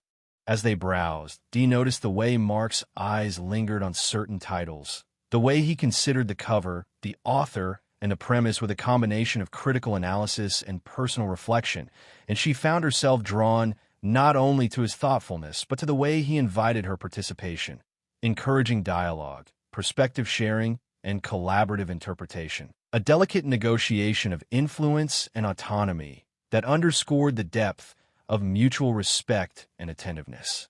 Characterizing their interactions, she felt a quiet admiration for the balance he struck between confidence and humility, intellect and playfulness, observation and engagement, recognizing that these qualities were rarely conveyed so fully in a single individual, yet seemed to define him effortlessly. After leaving the bookshop, they strolled through the quiet streets, the evening air carrying the scent of spring blooms and the faint aroma of freshly baked bread from nearby bakeries, the ambient sounds of the city weaving a soft backdrop for their conversation and laughter. Dee marveled at the simplicity of the moment, the way ordinary surroundings were transformed into a stage for connection, intimacy, and shared experience, a reminder that the beauty of companionship often resided not in grand gestures, but in the attentive presence, the subtle acknowledgement of significance, and the gentle joy of mutual discovery. They paused on a small bridge overlooking a gently flowing river, the water reflecting the city lights in a shimmering mosaic of color and motion, and Mark suggested they feed the ducks, producing a small bag of breadcrumbs he had brought along in a whimsical impulse. Dee laughed as they carefully scattered the crumbs, observing the waddling duck's eager approach, and she felt a sense of playfulness and freedom, the kind of spontaneous enjoyment that reinforced emotional closeness and strengthened the bonds of intimacy in subtle, meaningful ways. As they continued their walk, their conversation turned toward dreams and aspirations, hopes and fears, the kind of dialogue that, while tender and occasionally vulnerable, carried the potential to create profound resonance. Dee found herself sharing thoughts she had seldom expressed aloud, moments of uncertainty and ambition that felt weighty yet freeing in the presence of attentive understanding. Mark listened with genuine engagement, asking thoughtful questions, offering supportive insights, and responding with empathy, humor, and occasional self-disclosure, a delicate reciprocity that further deepened the emotional texture of the evening and reinforced her sense of safety, trust, and mutual curiosity. By the time they returned to the area near her apartment, Dee felt a mixture of exhaustion and exhilaration, the kind of fatigue that accompanies days rich with meaningful engagement and emotional resonance. They paused, facing each other under the soft glow of a street lamp, the night air carrying a gentle stillness, and she felt the familiar, electric flutter of anticipation, the delicate tension of possibility suspended between them. Mark reached for her hand, a gesture at once tentative and assured, and Dee felt the warmth of connection radiate through the simple act, a culmination of shared laughter, attentive presence, and mutual curiosity that defined the evening. He leaned slightly closer, his eyes conveying the depth of unspoken sentiment, and Dee felt the thrill of potential intimacy without presumption or rush, the kind of moment where presence, attention, and subtle emotional resonance spoke louder than words. "I had another wonderful time with you today," Mark said softly, his tone imbued with sincerity, warmth, and a hint of playful mischief, and Dee smiled, feeling a surge of joy, contentment, and anticipation, a recognition that the narrative of connection was evolving beautifully, organically, and meaningfully. As they parted, the gentle touch of a hug lingered, a silent acknowledgement of the day's significance and the subtle promise of continuity, of moments yet to come, and Dee walked the final steps to her apartment with a buoyant sense of satisfaction, anticipation, and emotional richness, the kind of feeling that infuses ordinary life with extraordinary color, a reminder that even amidst the routines, responsibilities, and occasional chaos of daily existence, moments of authentic connection, Shared joy and tender intimacy could illuminate the path forward with promise, warmth, and a delicate, resonant beauty that lingered long after the immediate experience had passed. The days that followed Mark's second outing with Dee seemed to stretch and compress simultaneously, a paradox that reflected the emotional turbulence of early romance, in which ordinary hours carried the weight of significance and mundane moments shimmered with latent possibility, and Dee found herself navigating her routines with a heightened awareness, noting the way the sunlight fell across her desk, the rhythm of footsteps in the hallway, and even the subtle tones in her coworkers' voices, all filtered through a lens of anticipation and emotional resonance that made the world feel simultaneously larger and more intimate. She began the day with a meticulous approach to preparation, choosing an outfit that balanced casual elegance with comfort, adjusting her hair in gentle waves, and selecting a pair of earrings that caught the morning light in a playful glimmer. Each decision a small ritual that reflected both self-expression and the desire to inhabit the day with intentionality. A conscious assertion of presence that extended beyond mere appearance and into the realm of attitude and energy. Her phone buzzed mid-morning with a message from Mark, a brief but thoughtfully composed line. "Morning, Dee. Can't stop thinking about yesterday. Want to meet this evening for dinner?" Dee's chest tightened in that familiar mixture of excitement and nervous energy, and she paused for a moment to savor the words, rereading them multiple times before replying with equal warmth. "I'd love that. Dinner sounds perfect." She placed the phone down, a small smile tugging at her lips, the energy of the message infusing her morning with buoyancy and an undercurrent of expectation, a gentle reminder that anticipation could transform even the ordinary cadence of work and errands into a tapestry of emotional resonance.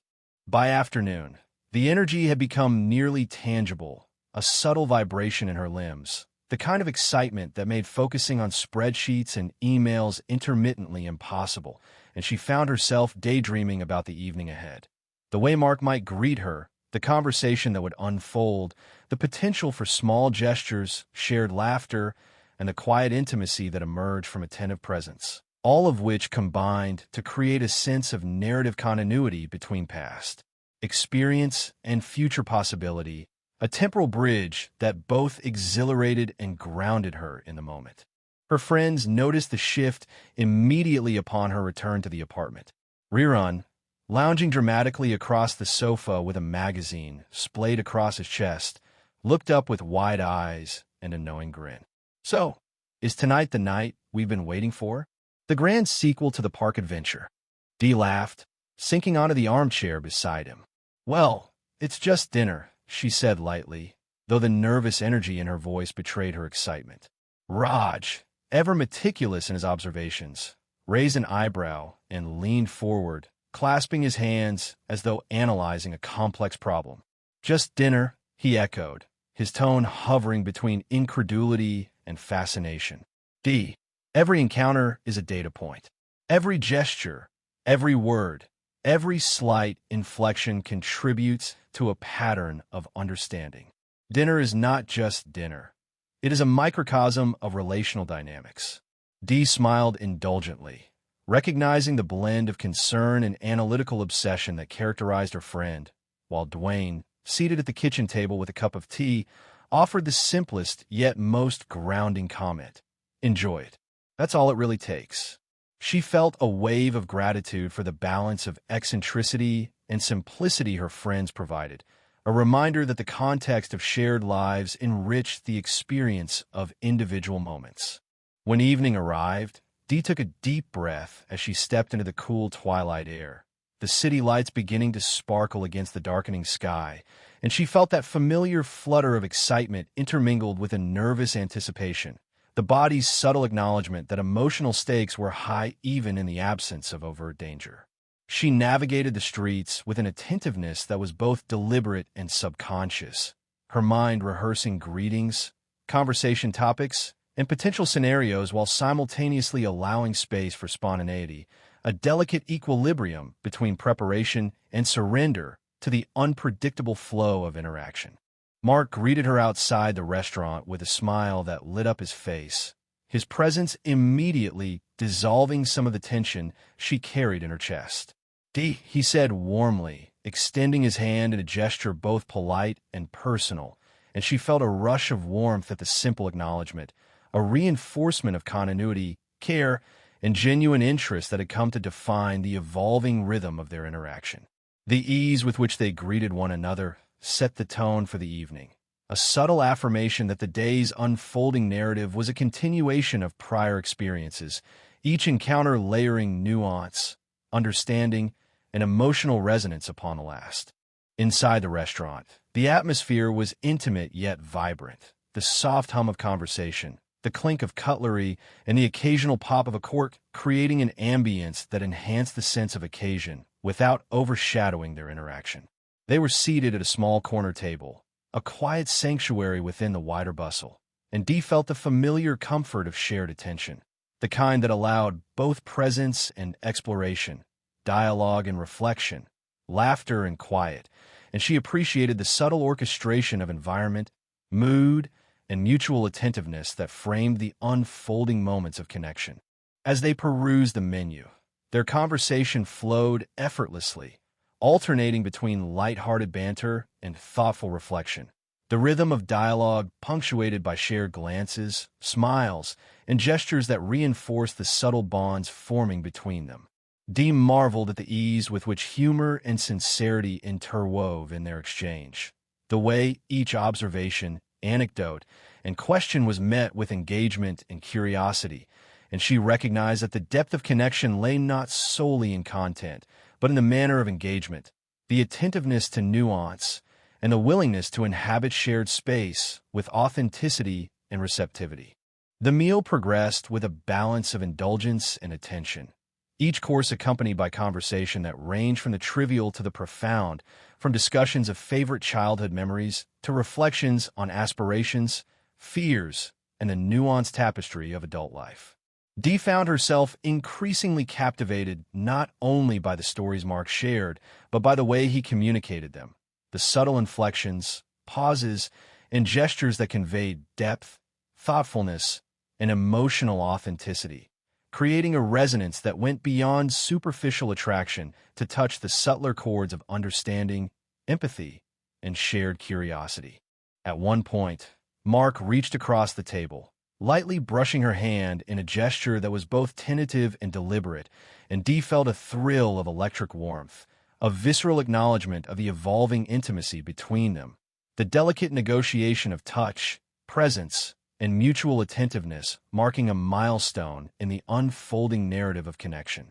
She responded with a gentle squeeze, a small but significant affirmation of engagement, trust, and willingness to explore the emotional landscape they were cultivating together, recognizing the profound subtlety embedded in these moments of interaction. After dessert, a shared tiramisu that invited playful exchanges and laughter over accidental spoonfuls, Mark suggested a brief walk to a nearby overlook, a quiet spot offering a view of the city lights reflected on the river below. Dee agreed, enjoying the spontaneity, the sense of adventure interwoven with intimacy, and the subtle shift from structured activity to shared exploration, a testament to the dynamic interplay of anticipation, curiosity, and responsiveness that define the early stages of romantic engagement. The walk was filled with gentle conversation, punctuated by laughter, reflective silence, and occasional playful teasing, the ebb and flow of dialogue creating a rhythm that felt at once natural and exhilarating, a choreography of presence, attention, and mutual understanding that deepened with each step. Dee found herself observing not only Mark, but also her own responses, noting the warmth, ease, and exhilaration that characterized her internal landscape, the subtle interplay of emotion, cognition, and perception forming a tapestry as intricate as it was joyful. At the overlook, they paused, the city lights shimmering like a constellation mirrored on the water's surface, and Dee felt a profound sense of calm and exhilaration intertwined, the quiet majesty of the scene enhancing the intimacy of shared presence. Mark gestured toward the view, and she followed his gaze, noting the gentle reflections, the distant silhouettes, and the interplay of light and shadow. The ordinary transformed into something extraordinary through shared attention and appreciation, a quiet reminder that perception, presence, and companionship could elevate experience in ways both subtle and profound. Mark turned to her, his expression soft and attentive, and Dee felt the familiar thrill of potential intimacy, the delicate tension of anticipation interlaced with comfort, trust, and curiosity. "I really enjoy spending time with you, Dee," he said, his voice quiet yet resonant, carrying the weight of sincerity without pressure or expectation. Dee smiled, feeling a warmth that radiated from her chest outward, a gentle confirmation of mutual regard and the subtle, intricate dance of connection, understanding, and shared exploration that had begun to define their interactions. As they walked back toward the restaurant, the night deepened, the streets quiet, and the ambient sounds of the city providing a soft soundtrack for their continued dialogue. Dee reflected on the ways in which each encounter layered nuance, intimacy, and understanding upon the last, creating a rich, dynamic, and evolving narrative of connection that was both exhilarating and profoundly satisfying. She recognized that the beauty of these early stages lay not in dramatic declarations or overt gestures, but in the accumulation of small, attentive, and authentic interactions, each one contributing to a sense of emotional resonance, mutual appreciation, and potential for shared joy. When they returned to her doorstep, the gentle hush of night settling around them, Dee felt a tender reluctance to end the evening, a subtle ache tempered by gratitude and anticipation, and she welcomed the moment of pause, recognizing the significance of pacing, presence, and mutual respect in the unfolding narrative of intimacy. Mark reached for her hand, holding it with a combination of warmth and careful attentiveness, and she felt the electric thrill of connection once more, the tangible manifestation of emotional resonance and shared attention marking a delicate milestone in their growing relationship. Their parting was gentle, the brief hug imbued with significance, a silent acknowledgement of the evening's value and the promise of continued exploration, dialogue, and shared experience. Dee watched him walk away, her chest light, her mind humming with reflection, gratitude, and anticipation, and she realized that the narrative they were crafting together was rich not only in emotional texture, but in the quiet, understated power of attentiveness, curiosity, and authentic engagement, a foundation upon which meaningful connection could flourish. The week following their dinner date seemed to unfold with an almost surreal quality, the mundane rhythms of Dee's life. Commuting, work meetings, grocery runs, interspersed with an undercurrent of emotional energy that pulsed through her like a secret current, invisible to others but impossible to ignore, a sensation that made the ordinary sparkle with the potential for narrative, connection, and possibility. Even the dullest tasks acquired a hint of anticipation. The way her coffee steamed in the morning sunlight, the gentle sway of leaves outside her window, the faint echo of distant laughter, all refracted through a lens of expectation and curiosity, subtle reminders that her life had become intertwined with the presence of someone who could alter the emotional landscape with a single smile or word. Her friends, naturally, were attuned to the shift, and she found herself navigating their playful scrutiny with both amusement and occasional exasperation. Rerun, perched on the sofa in his usual dramatic posture, demanded an update the moment she entered the apartment. "So, tell me, O chronicler of hearts and pursuer of romance," he began, gesturing expansively. "Any clandestine messages, secret rendezvous, hidden glances of intrigue?" Dee laughed, sinking onto the armchair, shaking her head. "It's nothing secretive, really," she said, though her tone betrayed a quiet thrill. "We've been texting a bit, just light conversation. It's nice." Raj, who had been methodically folding laundry in a corner, paused to interject, analytical as ever. "Nice is a variable term, Dee. Define it quantitatively. Frequency, content, response time. We must understand the structure of your interaction to assess potential trajectory." Dee rolled her eyes, smiling indulgently. Dwayne, sipping his evening tea, simply said, "Just enjoy it. That's the important part." And she felt a sense of grounding in his words, a gentle reminder to balance attention to detail with the simplicity of presence and pleasure. The days that followed involved a careful rhythm of texting, subtle signals, and the ebb and flow of anticipation, each interaction layered with nuance and interpretation. Dee found herself oscillating between delight and overanalysis, reading and rereading messages, considering word choice, punctuation, and timing, all while reminding herself not to overthink, to let things unfold organically, and to savor the moments of connection without undue expectation or pressure. She recognized the delicate balance required in early relationships, to remain present and attentive without succumbing to obsession, to offer openness without losing personal agency, to engage without overexposing, and to enjoy the interplay of excitement, curiosity, and emotional resonance that define the initial stages of intimacy. Midweek, Mark suggested a casual outing to an art exhibit he had heard about downtown, an idea that instantly filled Dee with anticipation. She prepared with the same careful attention she had afforded their previous encounters, selecting attire that was comfortable yet expressive of personality, considering conversation topics without scripting them rigidly, and mentally rehearsing scenarios while simultaneously embracing the unpredictability that made the prospect exciting. She recognized the paradoxical thrill of spontaneity within preparation, a dynamic interplay that heightened both awareness and engagement, making each moment feel charged with significance and possibility. When Dee arrived at the gallery, Mark was already there, a subtle excitement visible in his posture and expression, and the familiar surge of warmth and familiarity enveloped her as they greeted each other. "Dee," he said, his voice carrying both welcome and delight, and she felt the immediate ease of continuity, the sense that their evolving narrative was grounded in both shared history and mutual curiosity.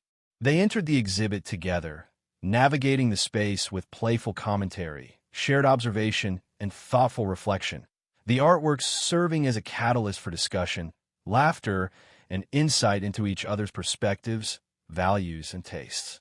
Dee found herself captivated not only by the art, but by the way Mark engaged with it, the attention he paid to detail, the subtle analytical gestures he made, the questions he posed, and the willingness he showed to invite her interpretation and insight. It struck her that connection was as much about shared attention and participatory engagement as it was about emotional or romantic compatibility, a lesson illuminated by the ease, attentiveness, and responsiveness that defined their interactions. She felt a deepening appreciation for the mutual respect and curiosity that underpinned their evolving relationship, the kind of foundation that promised richness, depth, and resilience over time. After exploring the exhibit, they wandered through a small adjoining garden, the evening air carrying a delicate chill, tinged with the scent of early spring blooms, and Dee marveled at the way ordinary sensory experiences were transformed through shared perception, humor, and attentiveness. Mark pointed out a particularly vibrant sculpture, teasing her about her obvious admiration, and she laughed, responding with her own playful banter, the easy interplay of humor and sincerity reinforcing both rapport and emotional resonance. The simplicity of walking side by side, conversing, laughing, and observing created a sense of intimacy that was subtle yet powerful, a manifestation of connection built from shared presence and attention rather than overt gestures or dramatic declarations. As twilight descended, they decided to stop at a nearby cafe for a quick bite and warm beverages, and the casual intimacy of the setting further deepened their connection. They sat in a quiet corner, the ambient murmur of conversation providing a comforting backdrop, and continued their dialogue with effortless flow, oscillating between light-hearted anecdotes, thoughtful reflection, and mutual teasing, each exchange reinforcing rapport, trust, and shared understanding. Dee noted the subtle cues of attentiveness, eye contact, responsive gestures, tone modulation, that amplified the sense of presence and engagement, the nonverbal communication adding depth and texture to the verbal exchange. During a lull in conversation, Mark reached across the table, lightly touching Dee's hand, and she felt a spark of warmth, a tactile affirmation of connection that resonated with the growing intimacy of their interaction. The moment was neither dramatic nor overtly charged, yet it carried profound significance. A gesture of attentiveness, trust, and mutual acknowledgement, signaling the deepening resonance of shared experience and the subtle weaving of relational bonds. Dee responded with a gentle squeeze, the reciprocity reinforcing both comfort and excitement, the delicate choreography of physical and emotional presence unfolding naturally and meaningfully. They lingered over their drinks, discussing favorite books, movies, and personal philosophies, the conversation flowing effortlessly yet with depth, the mutual exchange of ideas, humor, and perspective creating a layered, textured intimacy that felt both rare and exhilarating. Dee observed the attentiveness Mark brought to each topic, the way he asked questions, listened actively, and responded thoughtfully, reinforcing the sense that their connection was predicated not merely on surface-level attraction, but on substantive engagement and shared curiosity. She realized that the cumulative effect of such interactions was a rich tapestry of emotional resonance, trust, and anticipation. The subtle interplay of attention, humor, and vulnerability forming a foundation for potential growth, affection, and mutual support. After leaving the cafe, they decided on a leisurely walk along the river, the city lights reflecting off the water in gentle, shimmering patterns that lent a quiet majesty to the evening. Dee felt a sense of serenity intertwined with excitement, the physical movement mirrored by the emotional flow of connection, anticipation, and reflection. They paused occasionally to admire the reflections, share observations, or simply enjoy the companionable silence. The shared experience amplifying both attentiveness and appreciation, and Dee noted how ordinary environments could acquire extraordinary significance when imbued with mutual presence, engagement, and attentiveness. At one point, Mark gently took her hand, and Dee felt the familiar thrill of connection, the subtle electricity of touch intertwined with trust and anticipation. They walked in tandem, fingers entwined, the act of holding hands a quiet but profound affirmation of interest, comfort, and mutual acknowledgement. Dee recognized the beauty of subtle gestures, the power of shared presence, and the cumulative impact of small but consistent actions in cultivating intimacy and deepening relational resonance. As they reached the area near her apartment, the night fully enveloped the city, and Dee felt a momentary reluctance to end the evening, a desire to prolong the connection, savor the intimacy, and linger in the shared resonance of experience. Mark paused, turning to her with a gentle smile, his hand still lightly holding hers. "I really enjoy being with you, Dee," he said softly, his tone imbued with sincerity, warmth, and quiet anticipation, and she felt a rush of emotion, a blend of joy, excitement, and profound appreciation, the subtle affirmation of mutual regard and connection resonating deeply. They shared a brief, tender hug, the warmth of physical closeness complementing the emotional intimacy they had cultivated throughout the evening, and Dee felt a quiet contentment, a recognition of the significance of the night's shared experiences and the subtle, ongoing narrative of connection that had begun to unfold between them. As Mark departed, she watched him disappear into the night, her mind replaying moments, gestures, and shared laughter, the cumulative resonance of their interactions settling in her chest as a gentle warmth, a reminder that connection, attentiveness, and authentic engagement could transform ordinary experiences into extraordinary emotional narratives. Returning to her apartment, Dee reflected on the week, the dates, and the evolving relationship, noting the interplay of excitement, curiosity, attentiveness, and reflection that characterized the early stages of intimacy.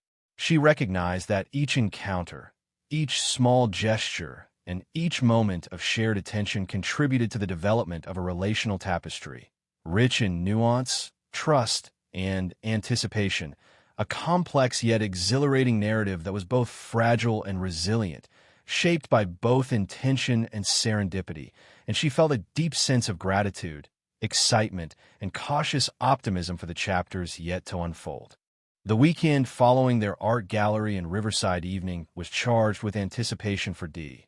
The days leading up to it filled with a heady mixture of nervous energy and joyful expectation that seemed to ripple through her every interaction, her thoughts, and even the way she moved through the world. Each morning, the sunlight filtering through her curtains felt warmer. Each mundane task seemed slightly brighter, and every text notification carried a heartbeat of possibility. She found herself walking to work with an almost imperceptible spring in her step, noting the pattern of leaves in the trees, the rhythm of footsteps alongside hers, and the subtle tones of conversation she passed in the streets, her mind refracting the ordinary into a canvas on which anticipation painted the extraordinary. Her friends, naturally, noticed the shift immediately, the subtleties of her behavior impossible to hide. Rerun, sprawled across the living room sofa, squinted at her knowingly as she entered after a morning coffee run. The sparkle in your eyes is doing the talking again, he teased, gesturing expansively. And here I thought the world was dull and gray this morning. Clearly, Mark has brought the sunshine back into your orbit. Dee laughed, shaking her head, but the warmth of the observation made her cheeks flush slightly. Raj, who had been quietly reorganizing bookshelves in the corner, tilted his head, analytical curiosity evident in his posture. "Observe, Dee," he said, in his trademark precise tone. "Your behavioral patterns have shifted. Voice modulation, posture, gait, all indicate elevated emotional engagement. I hypothesize excitement proportional to the anticipated interaction. Am I correct?" Dee rolled her eyes with a grin. "Yes, Raj, you're correct. But sometimes things don't need to be analyzed to be enjoyed." Dwayne, ever the voice of reason, simply sipped his tea, murmuring, "Enjoy it. That's all that matters." Dee appreciated the balance her friends offered between overanalysis, playful exaggeration, and grounding simplicity. As the day progressed, Dee found herself distracted in the most delightful ways. At work, her mind wandered to the weekend plans, to the possibility of laughter, conversation, and shared moments with Mark, while her body moved through its tasks with a mechanical precision that contrasted with the lively imagination fueling her inner world. She imagined different scenarios: an outdoor concert, a quiet stroll along streets bathed in golden evening light, maybe even a visit to a small, tucked-away bookstore she'd heard of but never explored. Each imagined scene sparked a thrill, a sense of joyous anticipation for the tangible and intangible moments of intimacy, shared curiosity, and connection that awaited. On Saturday afternoon, Dee left her apartment early, the sun low enough to cast long, dappled shadows across the streets, creating pockets of light that made even the familiar route to the city square feel enchanting. She wore a flowing skirt and a light jacket, casual yet expressive of her personality, reflecting her desire to present herself authentically while remaining comfortable. The choice of her outfit, shoes, and even accessories was deliberate, part of a subtle preparation ritual that enhanced her sense of self and readiness, a balance of confidence and anticipation that deepened her engagement with the day and the impending interaction. Mark was already waiting near the entrance of the park, casual yet distinctly attentive, and a familiar surge of warmth and anticipation enveloped her as their eyes met. "Dee," he said with a soft smile, "I'm glad you could make it." His presence radiated a quiet certainty, a combination of attentiveness and ease that made her pulse quicken in both excitement and comfort. She greeted him with a warm smile, and they set off together toward the open spaces of the park, their conversation immediately resuming the effortless rhythm established over prior encounters, a mix of playful banter, reflective musings, and shared observations that created a subtle yet potent intimacy. They wandered through the winding paths, discussing favorite films, recent news, and personal anecdotes, each exchange layered with attention, humor, and curiosity. Dee noticed the way Mark's eyes lit up when he recounted stories, the way he punctuated his sentences with subtle hand gestures, and the occasional thoughtful pause that indicated both sincerity and engagement. She found herself analyzing not in a critical sense, but with admiration, appreciating the depth of attentiveness, the balance of humor and seriousness, and the effortless authenticity that marked his manner of communication, each nuance enhancing the growing tapestry of connection and trust. At a small fountain near the center of the park, they paused, the sound of trickling water creating a serene backdrop for conversation. Mark pulled out a small sketchbook and asked Dee if she wanted to draw alongside him, recalling their playful experimentation at the previous park outing. Dee laughed and accepted, enjoying the blend of creativity, lightheartedness, and collaboration.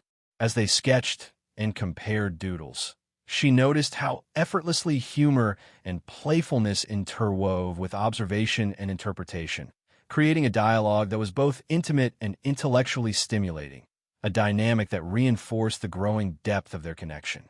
After leaving the fountain, they wandered toward a small, sunlit clearing where children played with kites, laughter echoing across the open space. Dee felt a sense of joy in the simplicity of the moment, the playfulness of shared observation, and the subtle invitation to participate in the delight of others. Mark pointed out a particularly colorful kite, teasing Dee about her fascination, and she responded with a playful nudge, laughter rippling between them like a gentle current. In moments like these, she realized intimacy was woven not just through conversation, but through shared attention, spontaneous engagement, and mutual delight in the world around them.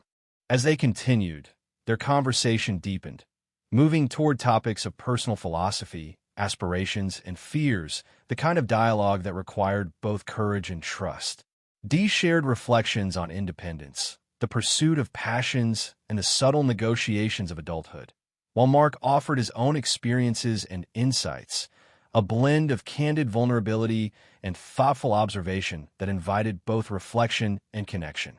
She felt a profound resonance in the way he listened, attentively, empathetically, and without judgment, creating a space in which authentic self-expression could flourish, a critical foundation for meaningful intimacy. Eventually, they found a quiet bench beneath a canopy of trees, the soft rustle of leaves blending with distant urban sounds, creating an environment that was both private and alive. They sat side by side, observing the gentle movement of the branches, the occasional bird landing nearby, and the way sunlight dappled the path ahead.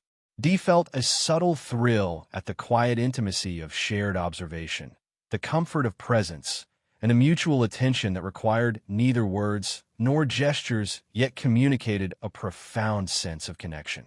Mark turned slightly, his hand brushing against hers, and Dee felt the familiar electric warmth, a tactile affirmation of shared engagement and emotional resonance. They spoke softly, voices blending with the ambient murmurs of the park, and Dee was struck by how natural it felt to share both thoughts and silences with him, how the interplay of attention, presence, and subtle gestures amplified both the comfort and the thrill of early-stage intimacy. In moments like these, she realized, romance was as much about the ordinary details, the touch of a hand, the quiet observation of surroundings, the mutual acknowledgement of presence, as it was about dramatic declarations or overt gestures. After some time, they decided to leave the park and explore a small nearby street market, a whimsical detour that added a sense of adventure and spontaneity to the afternoon. Dee enjoyed wandering among the stalls, observing handmade crafts, sampling small delicacies, and engaging in playful banter with Mark over the quirks and curiosities of the vendors' offerings. Each interaction, while seemingly trivial, contributed to a cumulative sense of shared experience, laughter, and attentiveness, reinforcing the growing intimacy between them through a combination of humor, engagement, and collaborative discovery. As the sun began to dip toward the horizon, painting the streets with golden light, they found a quiet spot overlooking a small fountain, the water glinting like molten gold in the evening rays. Dee felt a profound sense of contentment, a mixture of excitement, anticipation, and serenity that arose from both the shared experiences of the day and the cumulative resonance of prior encounters.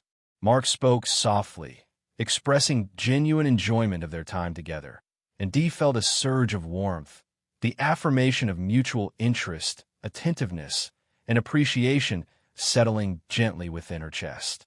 Mark suggested walking her partway home, and Dee agreed, savoring the remaining moments of shared presence. They moved slowly, conversation flowing between laughter, reflection, and occasional comfortable silence, the rhythm of footsteps echoing the cadence of emotional engagement that had defined the afternoon. Dee noted the subtle ways in which his attentiveness extended beyond conversation, the way he anticipated obstacles on the path, the lightness of his step when joking, the careful modulation of tone to create comfort and resonance. All small but meaningful gestures that reinforced both connection and trust. As they approached her apartment, the evening air carrying a gentle chill, Dee felt a bittersweet reluctance to end the day, a desire to prolong the intimacy, dialogue, and shared presence that had defined the afternoon. Mark paused, turning to her with a soft smile, the familiar warmth in his eyes reflecting the shared history and growing connection between them. "Dee," he said quietly, "I always enjoy our time together. It feels right." She smiled, feeling the warmth radiate through her chest, a blend of contentment, excitement, and anticipation for what lay ahead. They shared a brief, tender hug, the physical closeness reinforcing the emotional resonance that had built over weeks of shared moments, laughter, and conversation. As Mark departed, Dee watched him go, her mind replaying the afternoon in vivid detail, each gesture, laugh, and glance a thread in the tapestry of their evolving connection. She felt a quiet exhilaration, a profound appreciation for the richness of shared experience, and a subtle but persistent anticipation for the next chapter in their unfolding narrative. Returning to her apartment, Dee reflected on the week, the weekend, and the cumulative impact of each encounter, noticing how even small gestures, the brush of a hand, a shared joke, a quiet observation, had contributed to the depth and texture of her relationship with Mark.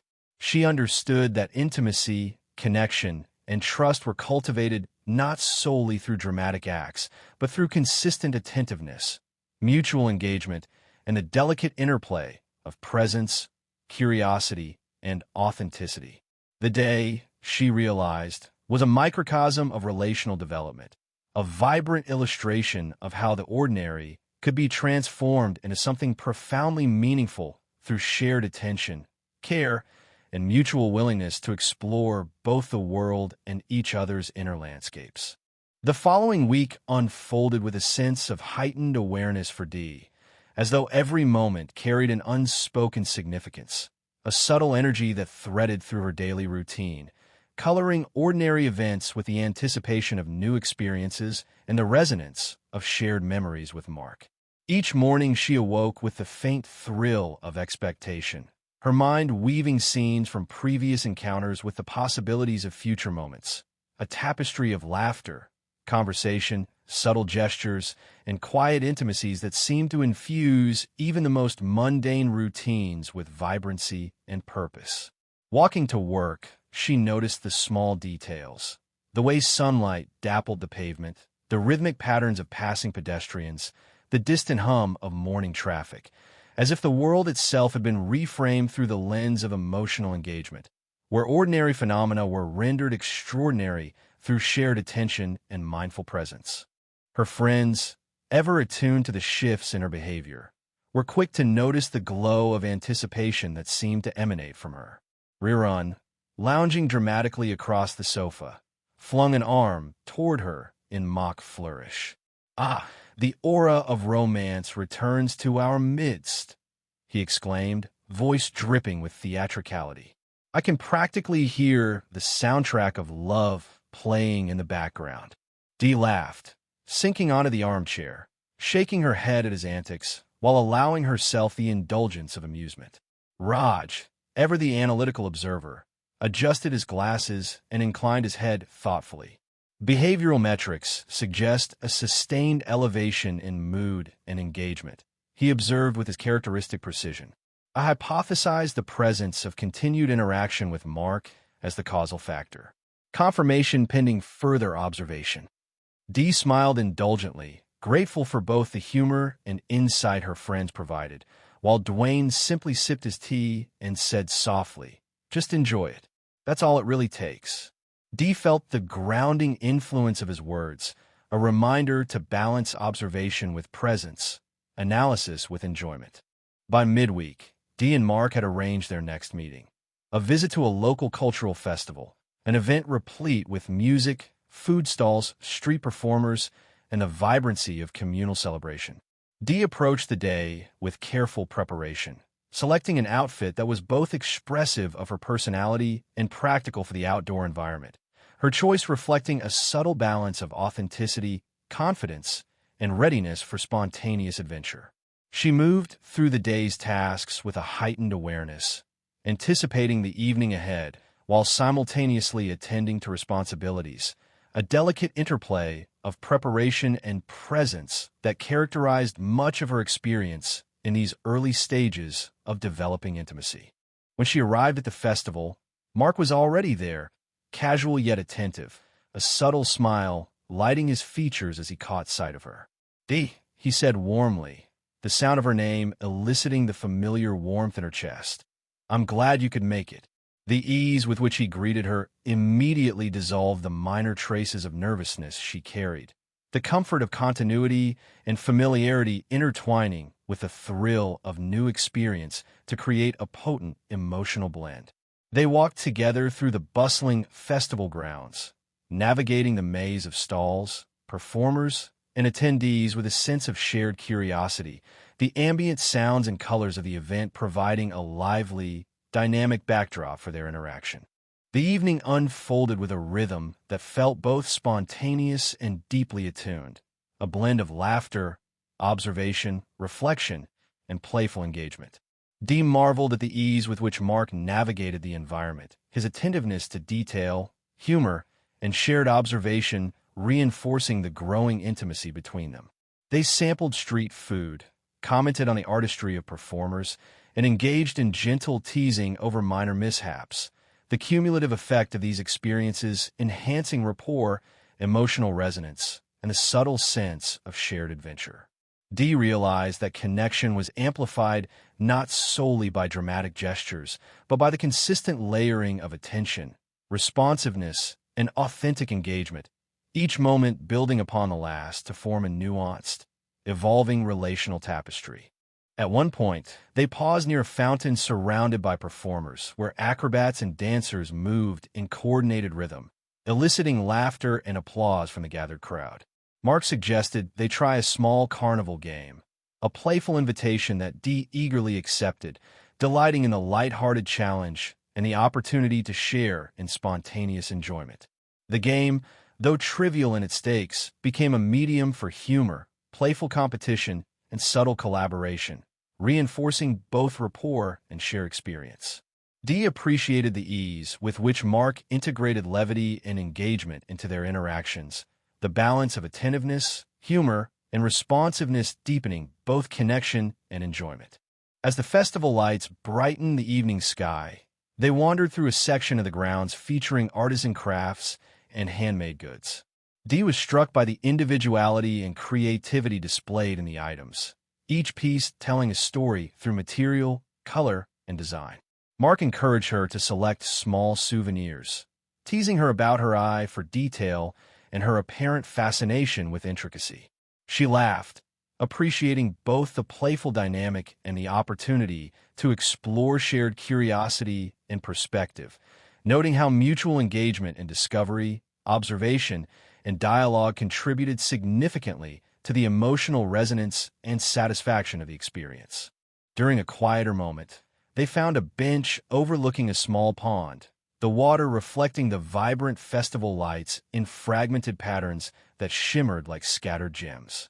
Dee felt a profound sense of contentment, a mingling of exhilaration, anticipation, and quiet serenity. The cumulative effect of shared experiences, Laughter, conversation, and attentive presence had created a rich, layered intimacy, subtle yet powerful, that infused the evening with significance beyond the immediate events. Mark spoke softly, sharing reflections on past experiences and aspirations, his words delivered with sincerity and attentiveness, and Dee felt a resonance in both content and presence, a validation of shared curiosity, mutual respect, and emotional openness. The conversation naturally evolved into reflections on personal philosophies, the meaning of connection, and the nuances of everyday experience, topics that required both attentiveness and vulnerability. Dee shared her thoughts on independence, growth, and navigating relational dynamics, while Mark offered his own insights, blending reflection with humor, perspective, and gentle self-disclosure. She noted the balance he maintained between attentiveness and participation, curiosity and disclosure, humor and sincerity, recognizing the subtle orchestration of qualities that made interaction both comfortable and stimulating. After some time, they continued their exploration of the festival, the evening air carrying the scent of food, the faint hum of music, and the occasional laughter of nearby attendees. Dee was struck by the way ordinary moments, sampling a pastry, observing a street performance, noticing a small detail in a craft, were transformed into memorable experiences through shared attention, humor, and emotional engagement. She recognized that the essence of connection often resided in the accumulation of such moments, the layering of presence, responsiveness, and authenticity, creating a relational narrative both nuanced and enduring. As the festival began to wind down, they moved toward a quieter section of the grounds, where lanterns had been strung along a winding path, their soft glow reflecting in the surrounding water and creating an intimate, almost magical ambience. Dee felt a thrill of anticipation, the visual and sensory richness of the environment amplifying both excitement and reflection, the interplay of aesthetic experience and relational engagement producing a heightened awareness of presence, connection, and emotional resonance. Mark guided her along the path with gentle attentiveness, occasionally pointing out a particularly beautiful lantern or subtle reflection, the small gestures reinforcing the sense of care, observation, and shared experience that had defined their interactions throughout the day. Eventually, they reached a small, elevated platform overlooking the festival grounds, with a panorama of lights, movement, and color created a tableau of enchanting beauty. Dee felt a momentary pause in the rhythm of thought, a suspension in which observation, reflection, and emotion coalesced, the subtle thrill of shared presence resonating in her chest. Mark stood beside her, his hand lightly brushing against hers, and she felt the familiar spark of tactile connection, a manifestation of attentiveness, trust, and mutual acknowledgement that was both comforting and exhilarating. They spoke softly, voices blending with the ambient sounds of the festival below, sharing reflections, observations, and gentle humor, the cumulative intimacy of their interactions resonating in each exchange. Dee recognized that the depth of connection they were cultivating was rooted not merely in novelty or attraction, but in the ongoing practice of attentiveness, playfulness, and authentic engagement, the subtle layering of gestures, conversation, and shared experience producing a relational richness that was profound, nuanced, and deeply satisfying. As the night drew toward a close, they made their way toward the edge of the festival grounds, walking side by side in the quiet of the evening, their fingers occasionally brushing, the physicality a gentle, consistent affirmation of connection. Dee felt a subtle reluctance to end the evening, tempered by anticipation for future encounters and the satisfaction of shared presence. Mark turned toward her with a warm smile, the expression conveying appreciation, attentiveness, and a quiet promise of continued connection. "Dee," he said softly, "I really enjoy being with you. These moments, they're special." She smiled, the warmth in her chest expanding, a mixture of joy, contentment, and quiet excitement for the narrative yet to unfold. They shared a brief, gentle hug, the physical closeness reinforcing the emotional resonance of the evening. And Dee felt a quiet exhilaration, a recognition of the significance of accumulated experiences and the subtle power of shared attention, playfulness, and authenticity. As Mark departed, she watched him disappear into the night, her mind replaying moments of laughter, conversation, and quiet intimacy, the subtle layering of connection leaving a lasting imprint on her emotional landscape. Returning to her apartment, Dee reflected on the week, the weekend, and the cumulative impact of these experiences, recognizing the delicate interplay of anticipation, engagement, and reflection that had defined her evolving connection with Mark. She understood that romance, intimacy, and connection were cultivated not through grand gestures alone, but through consistent attentiveness, mutual curiosity, playful engagement, and the subtle resonance of shared experience. The night's events reinforced her awareness of the richness that could emerge from ordinary moments infused with presence, care, and authentic connection, a profound reminder that love's narrative often unfolds through the delicate accumulation of attention, laughter, and shared understanding. The days following the festival were infused with an almost electric anticipation for Dee, the kind of subtle energy that threaded through every action, every thought, and every glance she cast at her phone. The ordinary tasks of life, folding laundry, cooking meals, walking to work, were tinged with heightened awareness, each mundane activity refracted through the lens of expectation and possibility. She found herself replaying scenes from the festival in vivid detail. The laughter, the gentle touches, the playful exchanges, the visual spectacle of lanterns reflecting in the pond, and even the aroma of street food lingering in the evening air. These memories seemed to hover in the corners of her mind, coloring interactions, sparking smiles, and providing a gentle, persistent background hum of excitement. Her friends, as usual, were immediately attuned to her altered demeanor. Rerun, sprawled on the couch with dramatic flourish, looked up as Dee entered the apartment. "Ah, the aura of romance has once again invaded our humble abode," he proclaimed, arms gesturing wildly. "I detect the subtle glow of happiness emanating from your very being." Dee laughed, sinking onto the armchair, amused by his theatrics, yet secretly enjoying the acknowledgement. Raj, ever the observer of patterns, adjusted his glasses and leaned forward with intense curiosity.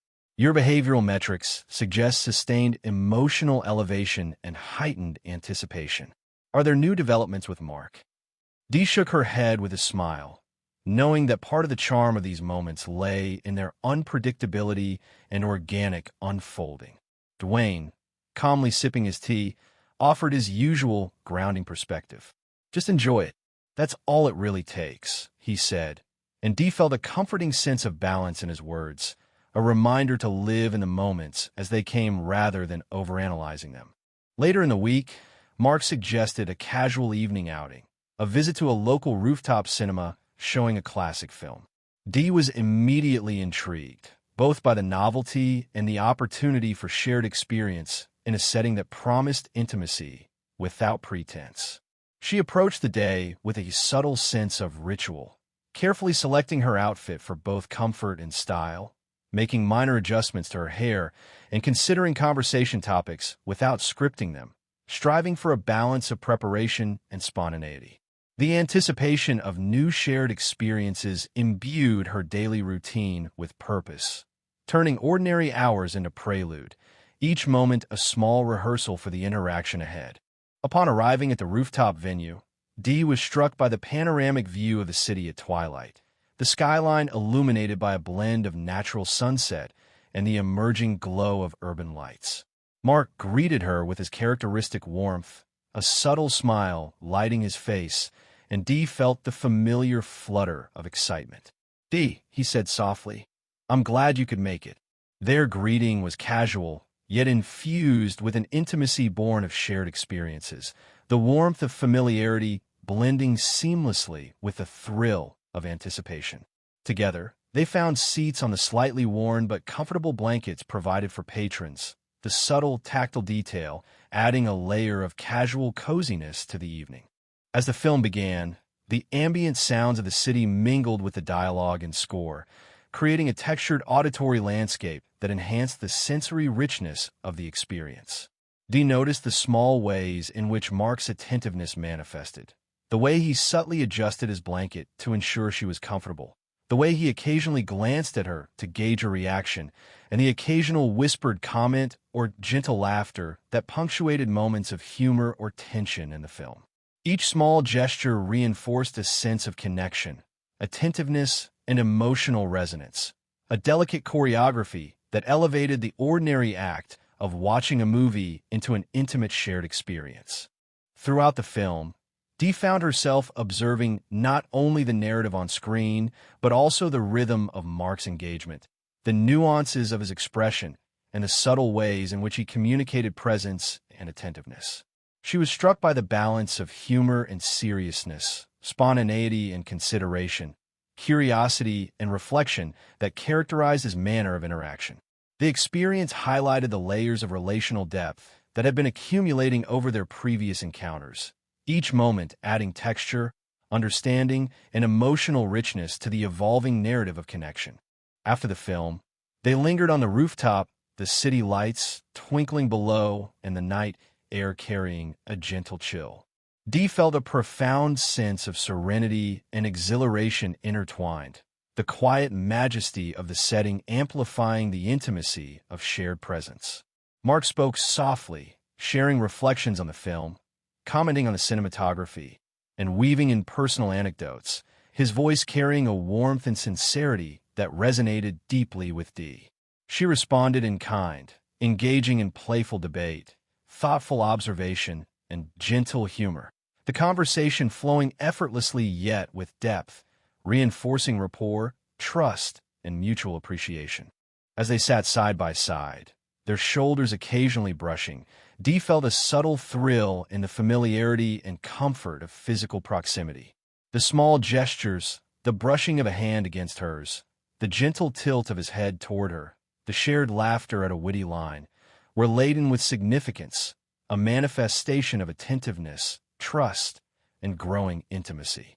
She recognized that these moments, though small in isolation, accumulated into a meaningful relational narrative, a tapestry of shared experience, emotional resonance, and mutual engagement that was both delicate and profound.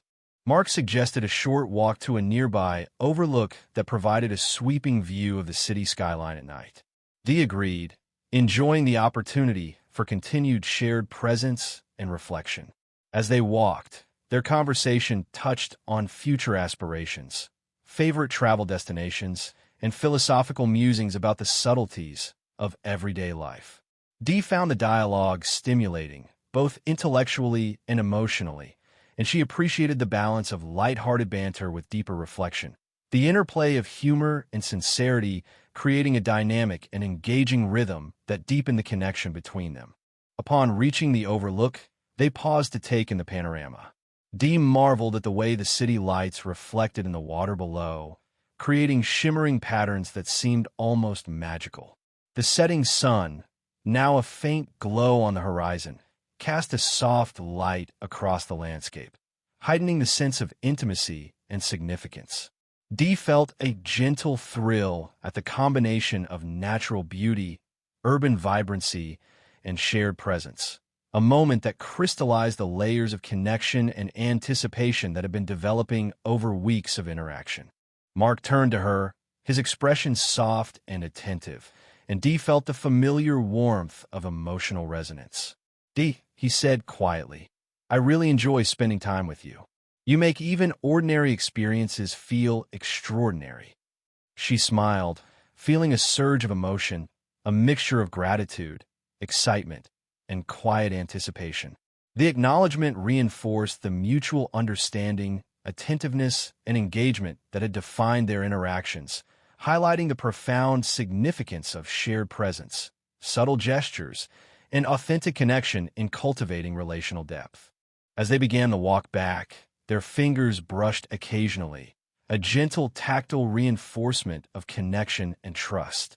Dee noticed the subtle, unspoken choreography of movement, conversation, and physical proximity, appreciating the balance of attentiveness, comfort, and playfulness that Mark maintained.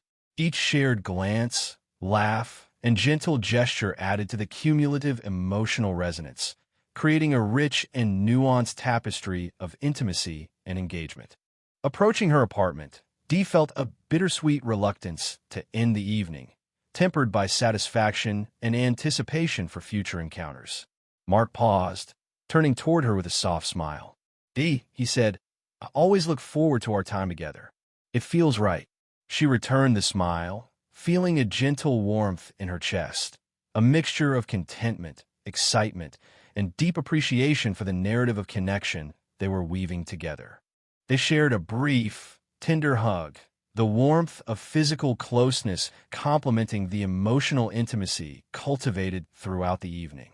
Dee felt a quiet exhilaration, a recognition of the significance of accumulated experiences and the subtle, ongoing weaving of relational narrative. As Mark departed, she watched him disappear into the night, her mind replaying the evening in rich detail. The laughter, the conversation, the shared moments of observation and reflection, each element contributing to the layered emotional resonance that had become a hallmark of their developing connection. Returning to her apartment, Dee reflected on the week, the festival, the rooftop cinema, and the evolving tapestry of interactions with Mark. She recognized the delicate balance of anticipation, attentiveness, engagement, and reflection that characterized their connection. The way small gestures, shared experiences, and playful, sincere dialogue accumulated into a profound sense of relational depth. She understood that intimacy and connection were cultivated through both presence and attentiveness, spontaneity and consideration, humor and vulnerability, each element contributing to the richness of the shared narrative. As she prepared for bed that night, Dee felt a gentle contentment, a lingering warmth in her chest, and a quiet excitement for the days and experiences yet to come. She understood that the early stages of a relationship were marked not by dramatic declarations or overt gestures alone, but by the subtle, cumulative impact of presence, attention, shared curiosity, and authentic engagement. The week had reinforced this understanding, highlighting the intricate beauty of relational development, the joy of shared experiences, and the quiet exhilaration of discovering connection through both ordinary and extraordinary moments. The beginning of the new week carried with it an almost tangible weight of anticipation for Dee, a subtle vibrancy that threaded through her movements, thoughts, and even the rhythm of her daily routines. Each morning, as sunlight filtered through her curtains, she felt a quiet thrill anticipating messages from Mark, a reflection on past encounters, and the promise of experiences yet to unfold. Even the most mundane tasks, preparing breakfast, walking to work, or reading through emails, were suffused with a delicate overlay of excitement, her mind tracing possible scenarios, imagining conversations, and anticipating small gestures that carried disproportionate emotional significance. Dee noticed how her senses had sharpened, how each sound, color, and scent seemed to register more intensely, each ordinary moment acquiring a subtle resonance when refracted through the lens of relational anticipation. Her friends, naturally, noticed the change immediately. Rerun, sprawled across the couch in his characteristic flamboyant posture, greeted her with mock solemnity. "Ah, the aura of romance has permeated your very being. I can practically hear the love theme swelling in the background," he exclaimed, gesturing as though conducting an invisible orchestra. Dee laughed, sinking into the armchair, appreciating the humor and drama with which he marked her elevated mood. Raj, adjusting his glasses with precise deliberation, leaned forward. "Behavioral analysis confirms sustained excitement and heightened engagement," he said with meticulous clarity. "Have there been new interactions with Mark requiring further observation?" Dee smiled, shaking her head. "Not anything new, really. But anticipation is wonderful," she admitted. Dwayne, quietly sipping his tea, offered his familiar grounding perspective. "Enjoy it, Dee. That's all you need to do," he said, his calm voice a reminder to balance excitement with mindfulness, presence with reflection. By midweek, Mark suggested another casual outing, a visit to a nearby botanical garden, known for its winding paths, exotic plant species, and serene, secluded spots perfect for quiet conversation. Dee felt a rush of anticipation and delight at the thought of exploring this environment with him, imagining the layers of shared discovery, playful banter, and attentive observation that would define the afternoon. She prepared with deliberate care, choosing clothing comfortable yet expressive of personality, arranging her hair and accessories with subtle intention, and allowing herself mental space to anticipate while remaining open to the spontaneity that such outings inevitably demanded. The balance of preparation and openness had become a familiar rhythm, a dance between expectation and presence that intensified both engagement and enjoyment. Upon arrival at the botanical garden, Dee was immediately struck by the tranquility and beauty of the setting.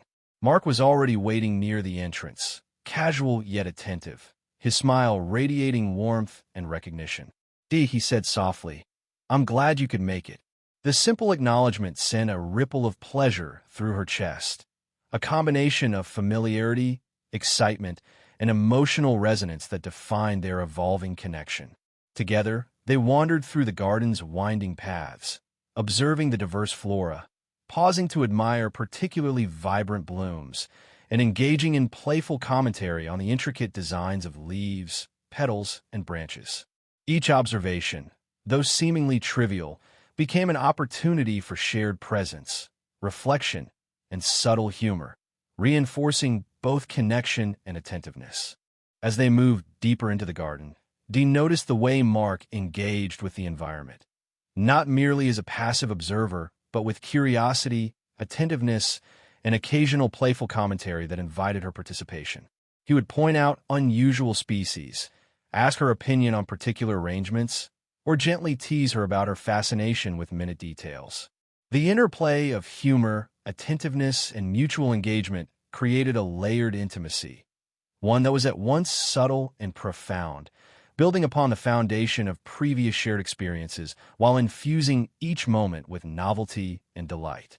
At a secluded pond surrounded by flowering shrubs, they paused to rest on a stone bench, the water reflecting the subtle shifts of sunlight through the canopy above. Dee felt a gentle thrill at the quiet intimacy of shared observation, the presence of another person attuned to the nuances of the environment and the dialogue it inspired.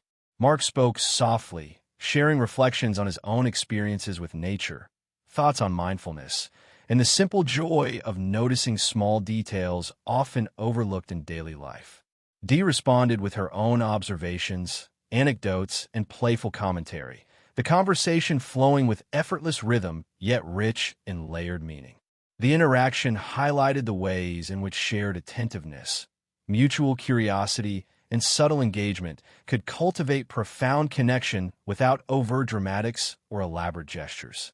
After a leisurely exploration of the pond area, they continued their walk along winding paths lined with rare and exotic plants. Dee marveled at the colors, textures, and shapes of the flora, and Mark encouraged her curiosity, asking questions, offering playful commentary, and occasionally stopping to examine a particularly striking bloom or leaf pattern. The subtle choreography of attention, conversation, and observation created a rhythm that was both calming and exhilarating, the shared presence magnifying the impact of the environment and the quality of their interaction. Dee felt acutely aware of the nuances of connection, the way a glance could communicate warmth, a laugh could reinforce intimacy, and a gentle gesture could affirm attentiveness and care. They arrived at a gazebo surrounded by flowering vines, its structure providing a quiet shelter from the sun and a perfect vantage point for observing the garden's broader landscape. Dee and Mark sat side by side, the proximity of their shoulders, the casual brush of hands, and the shared laughter creating a subtle but powerful sense of intimacy. Their conversation shifted to lighter topics, favorite travel destinations, childhood memories, and amusing anecdotes, while still maintaining a layer of thoughtful reflection and attentive listening. Dee found herself captivated not only by the content of their dialogue, but by the manner in which Mark engaged. Genuinely, attentively, and with a gentle balance of humor and sincerity that deepened both comfort and connection. After lingering in the gazebo, they resumed their walk, moving toward a section of the garden featuring an array of seasonal blooms arranged in intricate patterns. Dee was struck by the artistry and design, appreciating the interplay of color, shape, and light. Mark suggested they take turns sketching small impressions of the flowers on a notepad he had brought, a playful invitation that Dee eagerly accepted. As they sketched, comparing their interpretations and laughing over minor mistakes or exaggerated details, Dee felt a profound resonance in the collaborative creativity, the shared attention, and the gentle humor of the exercise. Each moment, though small and seemingly trivial, contributed to the accumulation of intimacy, trust, and relational richness. As the afternoon waned, they found a quiet path shaded by tall trees, the sunlight filtering through leaves in a golden, dappled pattern. Dee felt the gentle thrill of anticipation and emotional resonance, the subtle intertwining of excitement, reflection, and shared presence, creating a complex emotional texture that was both exhilarating and grounding.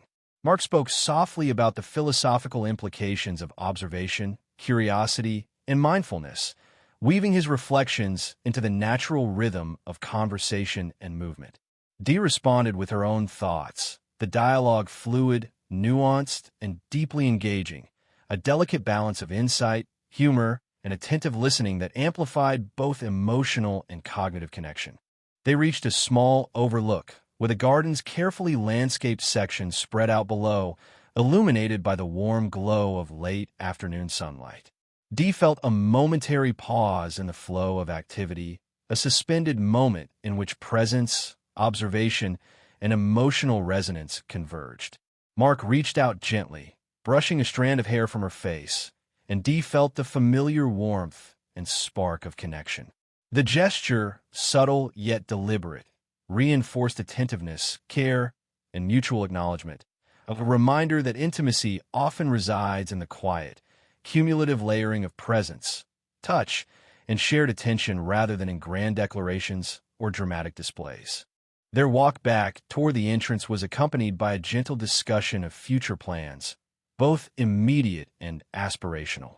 Dee found herself drawn not only to the ideas and stories Mark shared, but to the rhythm of the interaction, the give and take of conversation, the subtle reinforcement of attentiveness, and the playful interludes that punctuated reflective dialogue.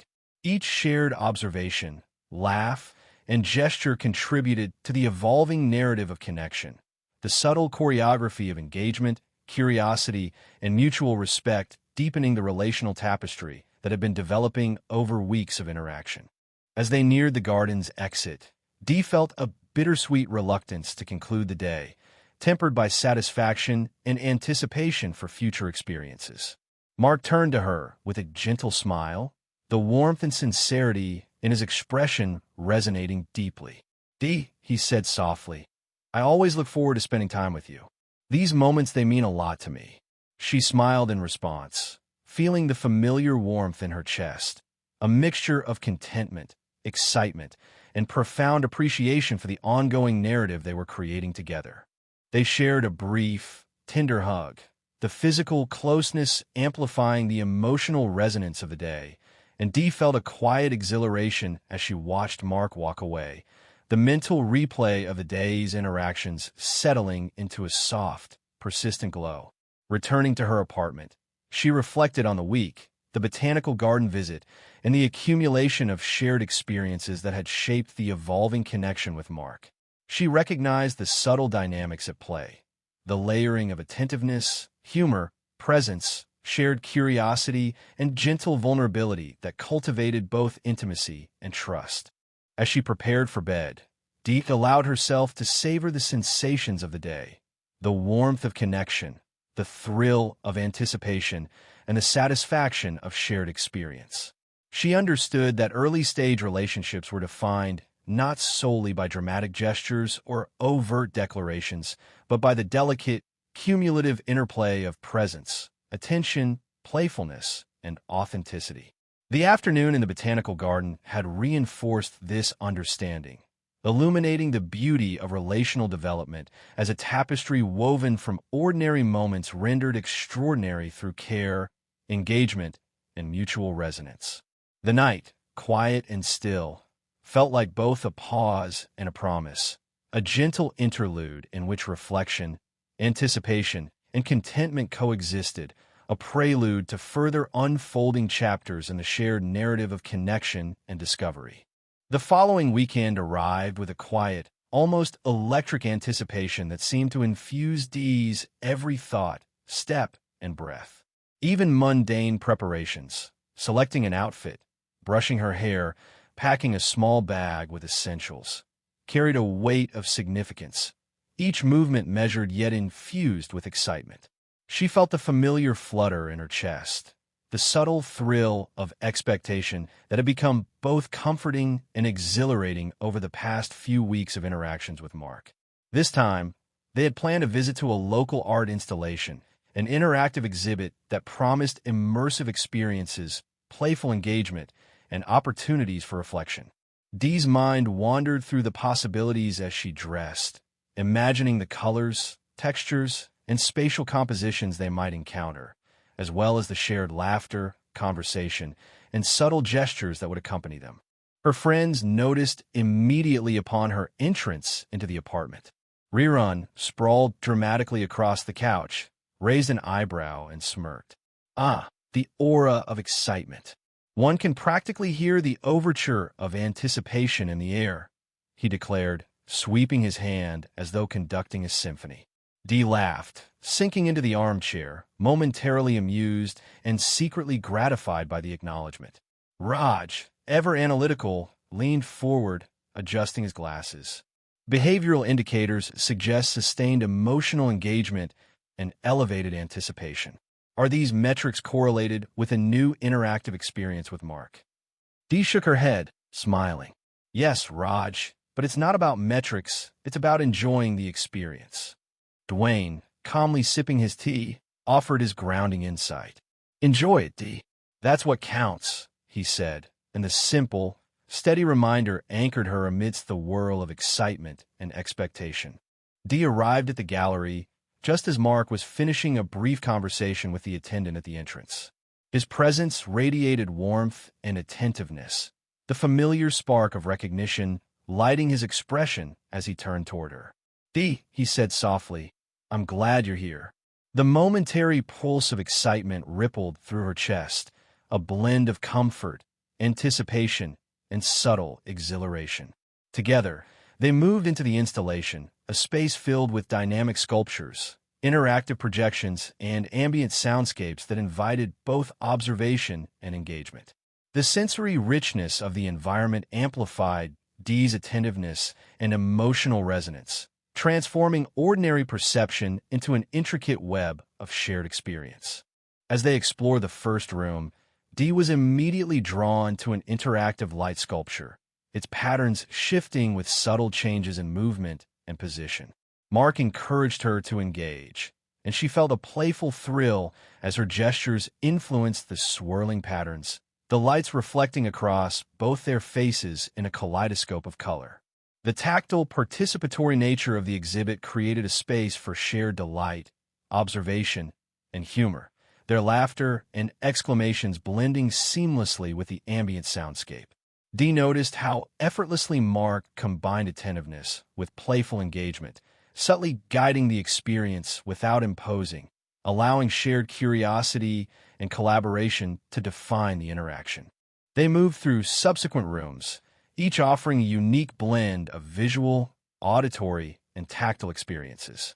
Dee marveled at the creativity, the layered symbolism, and the immersive nature of the installations, while Mark provided commentary, anecdotes, and playful speculation about the artist's intentions. The interaction oscillated between observation, reflection, and playful banter, a rhythm that both engaged and delighted, deepening connection and attentiveness. Dee was struck by the ease with which their dialogue flowed, at times spontaneous and humorous, at times reflective and probing.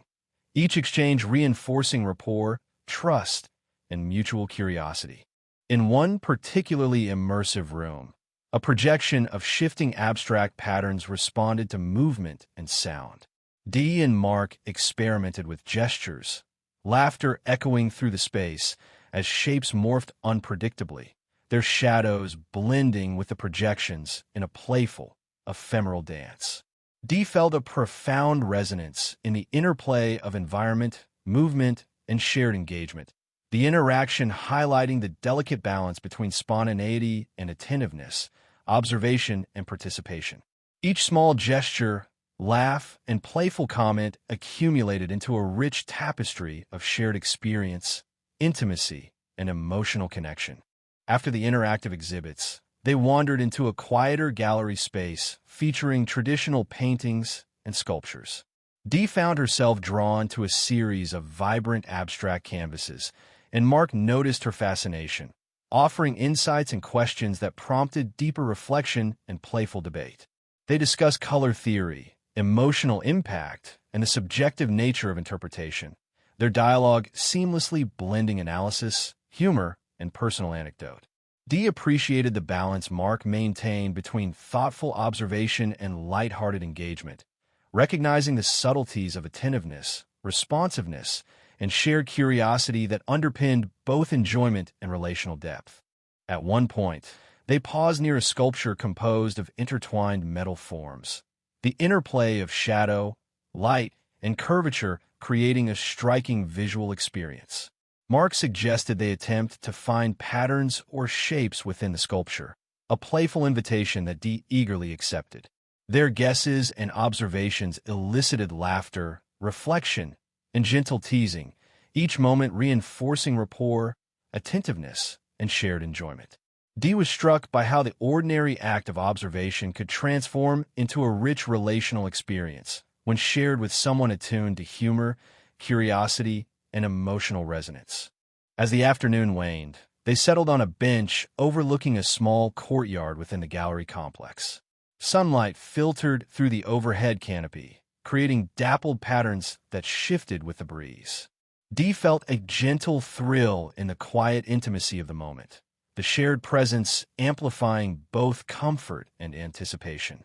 Mark spoke softly, reflecting on the interplay of art, observation, and perception, weaving his thoughts into a broader discussion of creativity, human expression, and the value of curiosity. Dee responded with her own reflections, engaging in playful debate, thoughtful insight, and gentle humor, the conversation deepening both cognitive and emotional engagement. Eventually, they decided to explore a small outdoor sculpture garden adjacent to the gallery. Dee marveled at the textures, forms, and conceptual elements of each piece, while Mark provided context, commentary, and playful interpretation. They interacted with the installations through observation, gentle experimentation, and collaborative interpretation, the tactile and visual stimuli creating a layered sensory experience that reinforced engagement, enjoyment, and relational resonance. Dee noted how small moments, a shared laugh, a gentle touch, an exclamation of surprise, cumulatively contributed to intimacy, trust, and relational richness. The afternoon transitioned seamlessly into early evening, the golden light enhancing the vibrancy of the surroundings. Dee and Mark wandered to a quiet seating area near a reflecting pool, the water capturing the shifting hues of the sky and the surrounding sculptures. Dee felt a momentary pause in thought, an awareness of both presence and connection that was profoundly satisfying. Mark reached out to lightly brush her hand, and she felt the familiar warmth of tactile affirmation, the subtle gesture reinforcing attentiveness, care, and mutual acknowledgement. The interplay of observation, touch, and shared presence created a layered intimacy, a nuanced tapestry of relational engagement that was both subtle and powerful. They lingered in conversation, discussing favorite artists, meaningful experiences, and personal philosophies, the dialogue flowing effortlessly between humor, reflection, and curiosity. Dee appreciated the balance of lighthearted banter with thoughtful insight, the rhythm of conversation enhancing both enjoyment and emotional connection. Each exchanged idea, gentle gesture, and shared observation contributed to the cumulative relational narrative, reinforcing trust, rapport, and mutual understanding. As the sun began to set, casting a warm, golden glow across the courtyard, Mark suggested a short walk to a nearby cafe for a light dinner and drinks. Dee agreed, eager to continue their shared presence in a more relaxed, intimate setting. The stroll through quiet streets, punctuated by the occasional passerby and the soft hum of urban life, offered a gentle counterpoint to the vibrant sensory experiences of the gallery. Dee noted the subtle attentiveness in Mark's gestures, the way he opened doors, adjusted the pace to match hers, and occasionally commented on small observations in the environment, gestures that reinforced care, attentiveness, and shared engagement. At the cafe, they chose a small table near a window, the soft ambient lighting creating a cozy and intimate atmosphere. They ordered light meals and beverages, settling into the easy rhythm of conversation that had become characteristic of their interactions.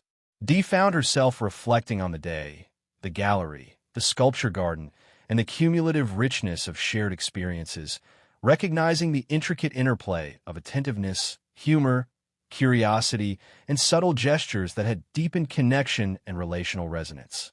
They spoke softly, sharing reflections on favorite experiences, childhood memories, and aspirations for the future, the dialogue flowing with warmth, attentiveness, and occasional playful teasing.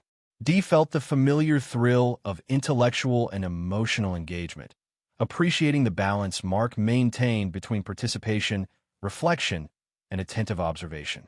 Each exchange, gesture, and shared moment contributed to the relational narrative, reinforcing intimacy, trust, and mutual appreciation. As the evening drew to a close, they walked together toward Dee's apartment, the night air carrying a gentle chill. Dee felt a bittersweet reluctance to end the day, tempered by contentment and anticipation for future interactions. Mark paused at her door, turning to her with a soft smile. "Dee," he said quietly, "I always enjoy our time together. Being with you feels natural." She returned the smile, feeling the warmth of affirmation, connection, and shared engagement, a mixture of contentment, excitement, and subtle anticipation for what lay ahead. They shared a brief, tender hug, the physical closeness complementing the emotional intimacy cultivated throughout the day.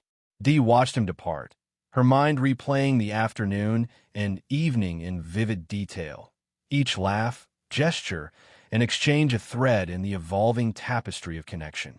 Returning to her apartment, she reflected on the cumulative impact of these shared experiences, recognizing that intimacy and relational depth were cultivated through a delicate layering of attentiveness, playfulness, presence, and authentic engagement. As she prepared for bed, Dee allowed herself to savor the sensations of the day, the warmth of connection, the thrill of shared exploration, and the subtle exhilaration of relational growth. She understood that the early stages of a relationship were defined not solely by grand gestures or dramatic declarations, but by the accumulation of ordinary moments infused with presence, care, curiosity, and mutual resonance. The day had reinforced this understanding, highlighting the intricate beauty of relational development, the joy of shared experiences, and the quiet exhilaration of discovering connection in both the extraordinary and the everyday. The following week carried with it a quiet sense of culmination for Dee, a subtle intertwining of reflection, anticipation, and the delicate thrill of relational progression. She approached her routines with heightened attentiveness, noticing the ordinary with the same nuanced curiosity she had begun to apply to her interactions with Mark. Morning sunlight filtered through the blinds, casting soft shadows that seemed to play across the room like a visual echo of her thoughts, and Dee felt an almost imperceptible tension in the air, a mixture of expectation, excitement, and reflective introspection.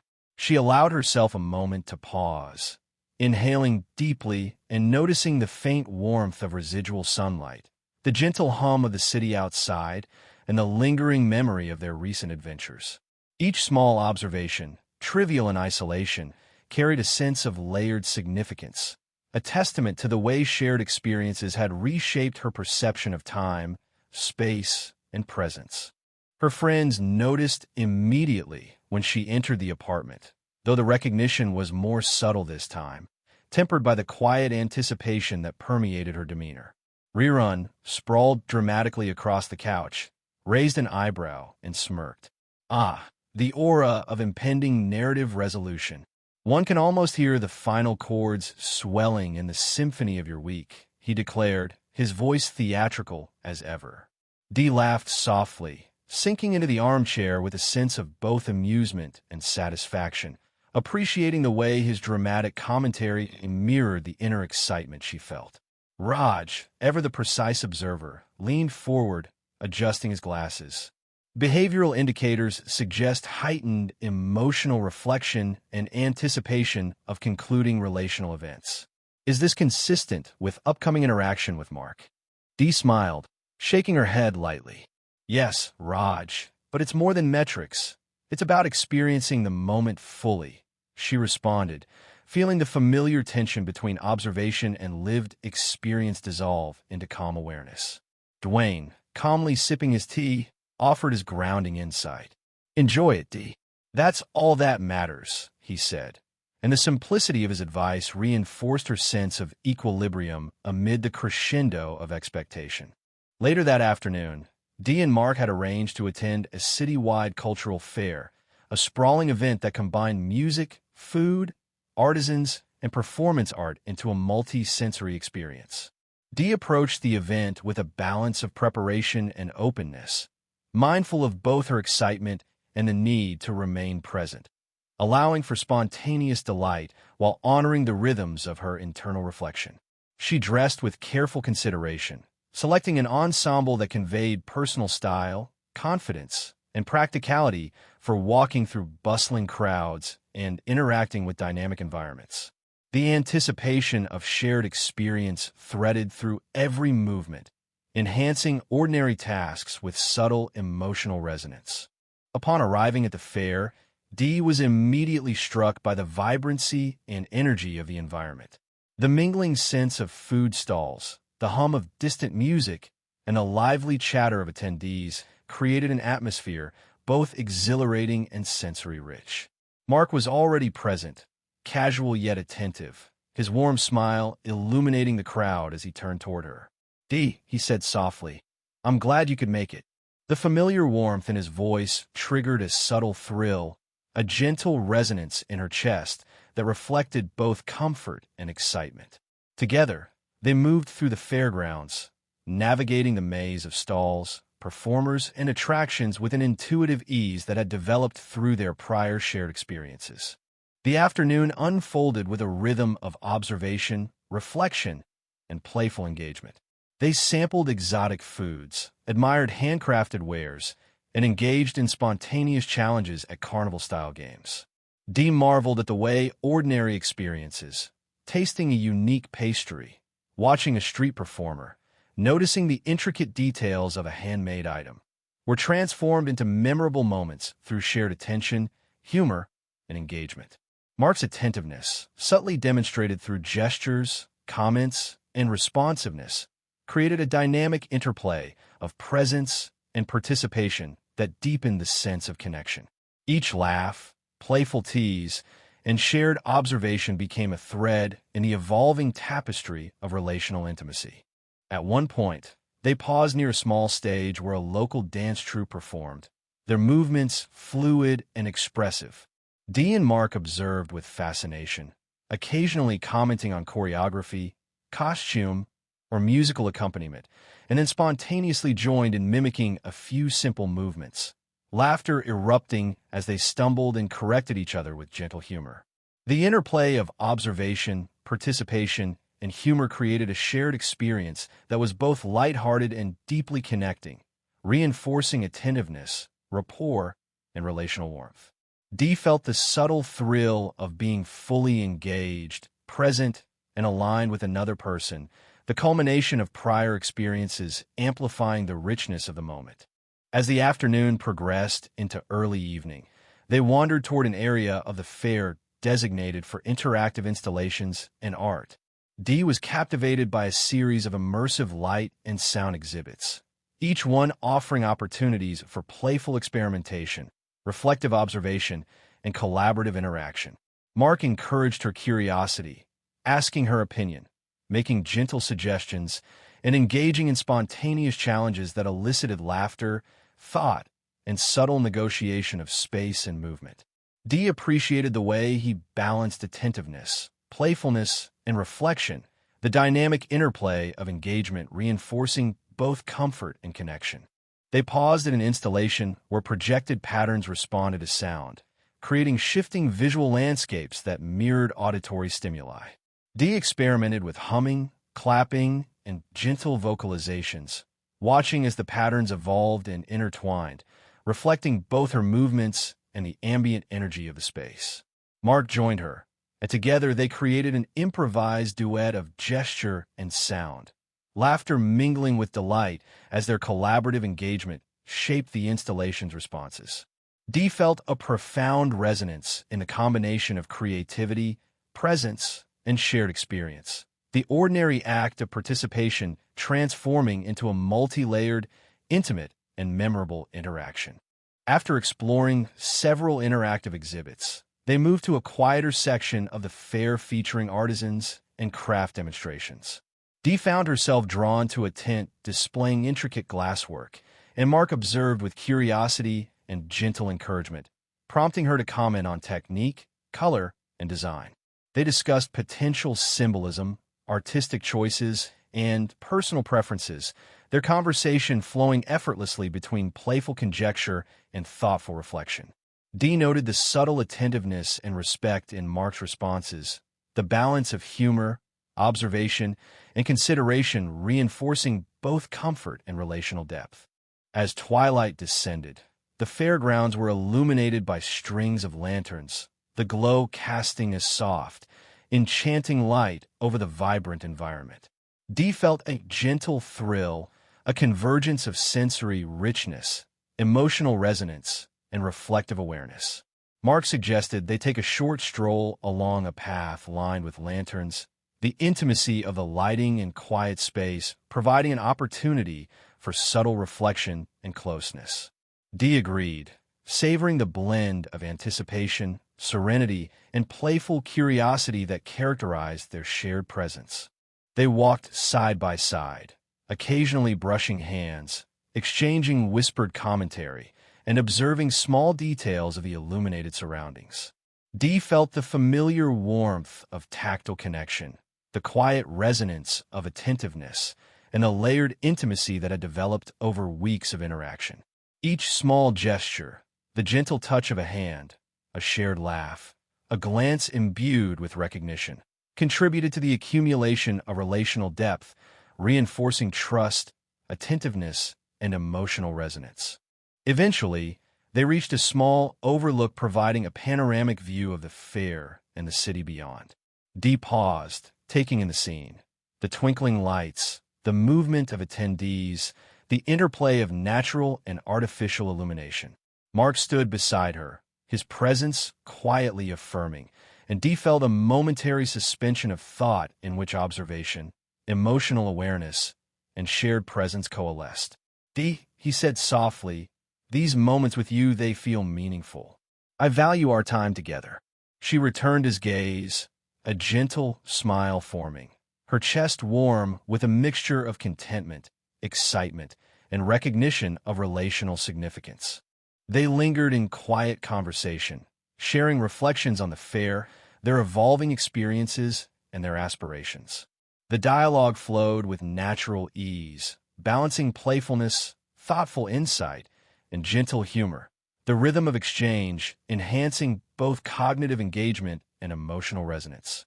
Dee appreciated the subtle interplay of attentiveness, curiosity, and responsiveness that had become the hallmark of their interactions, recognizing that intimacy and connection were cultivated not solely through grand gestures, but through the careful layering of small moments, mutual engagement, and shared attentiveness.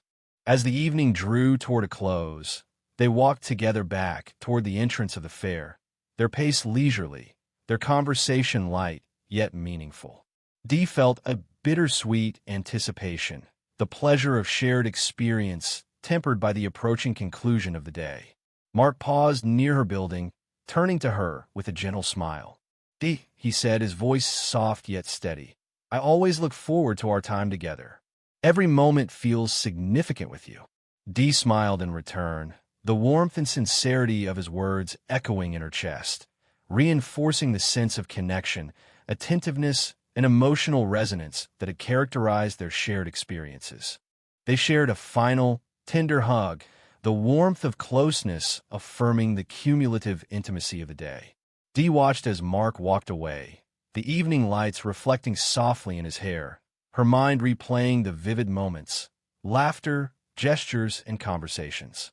Returning to her apartment, she felt a quiet satisfaction and a deep sense of appreciation for the layers of connection that had been carefully cultivated over weeks of shared experiences.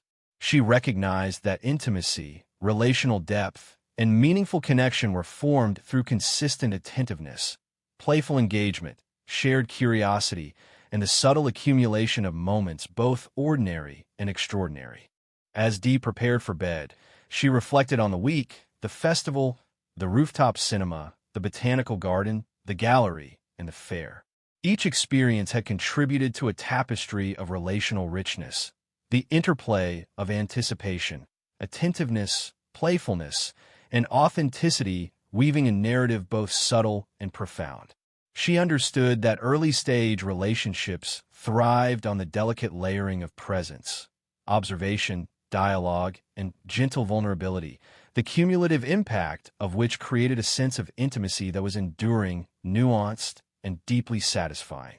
Finally, as she lay in bed, Dee allowed herself to breathe fully, absorbing the lingering warmth of connection, the exhilaration of shared experience, and the quiet joy of relational growth.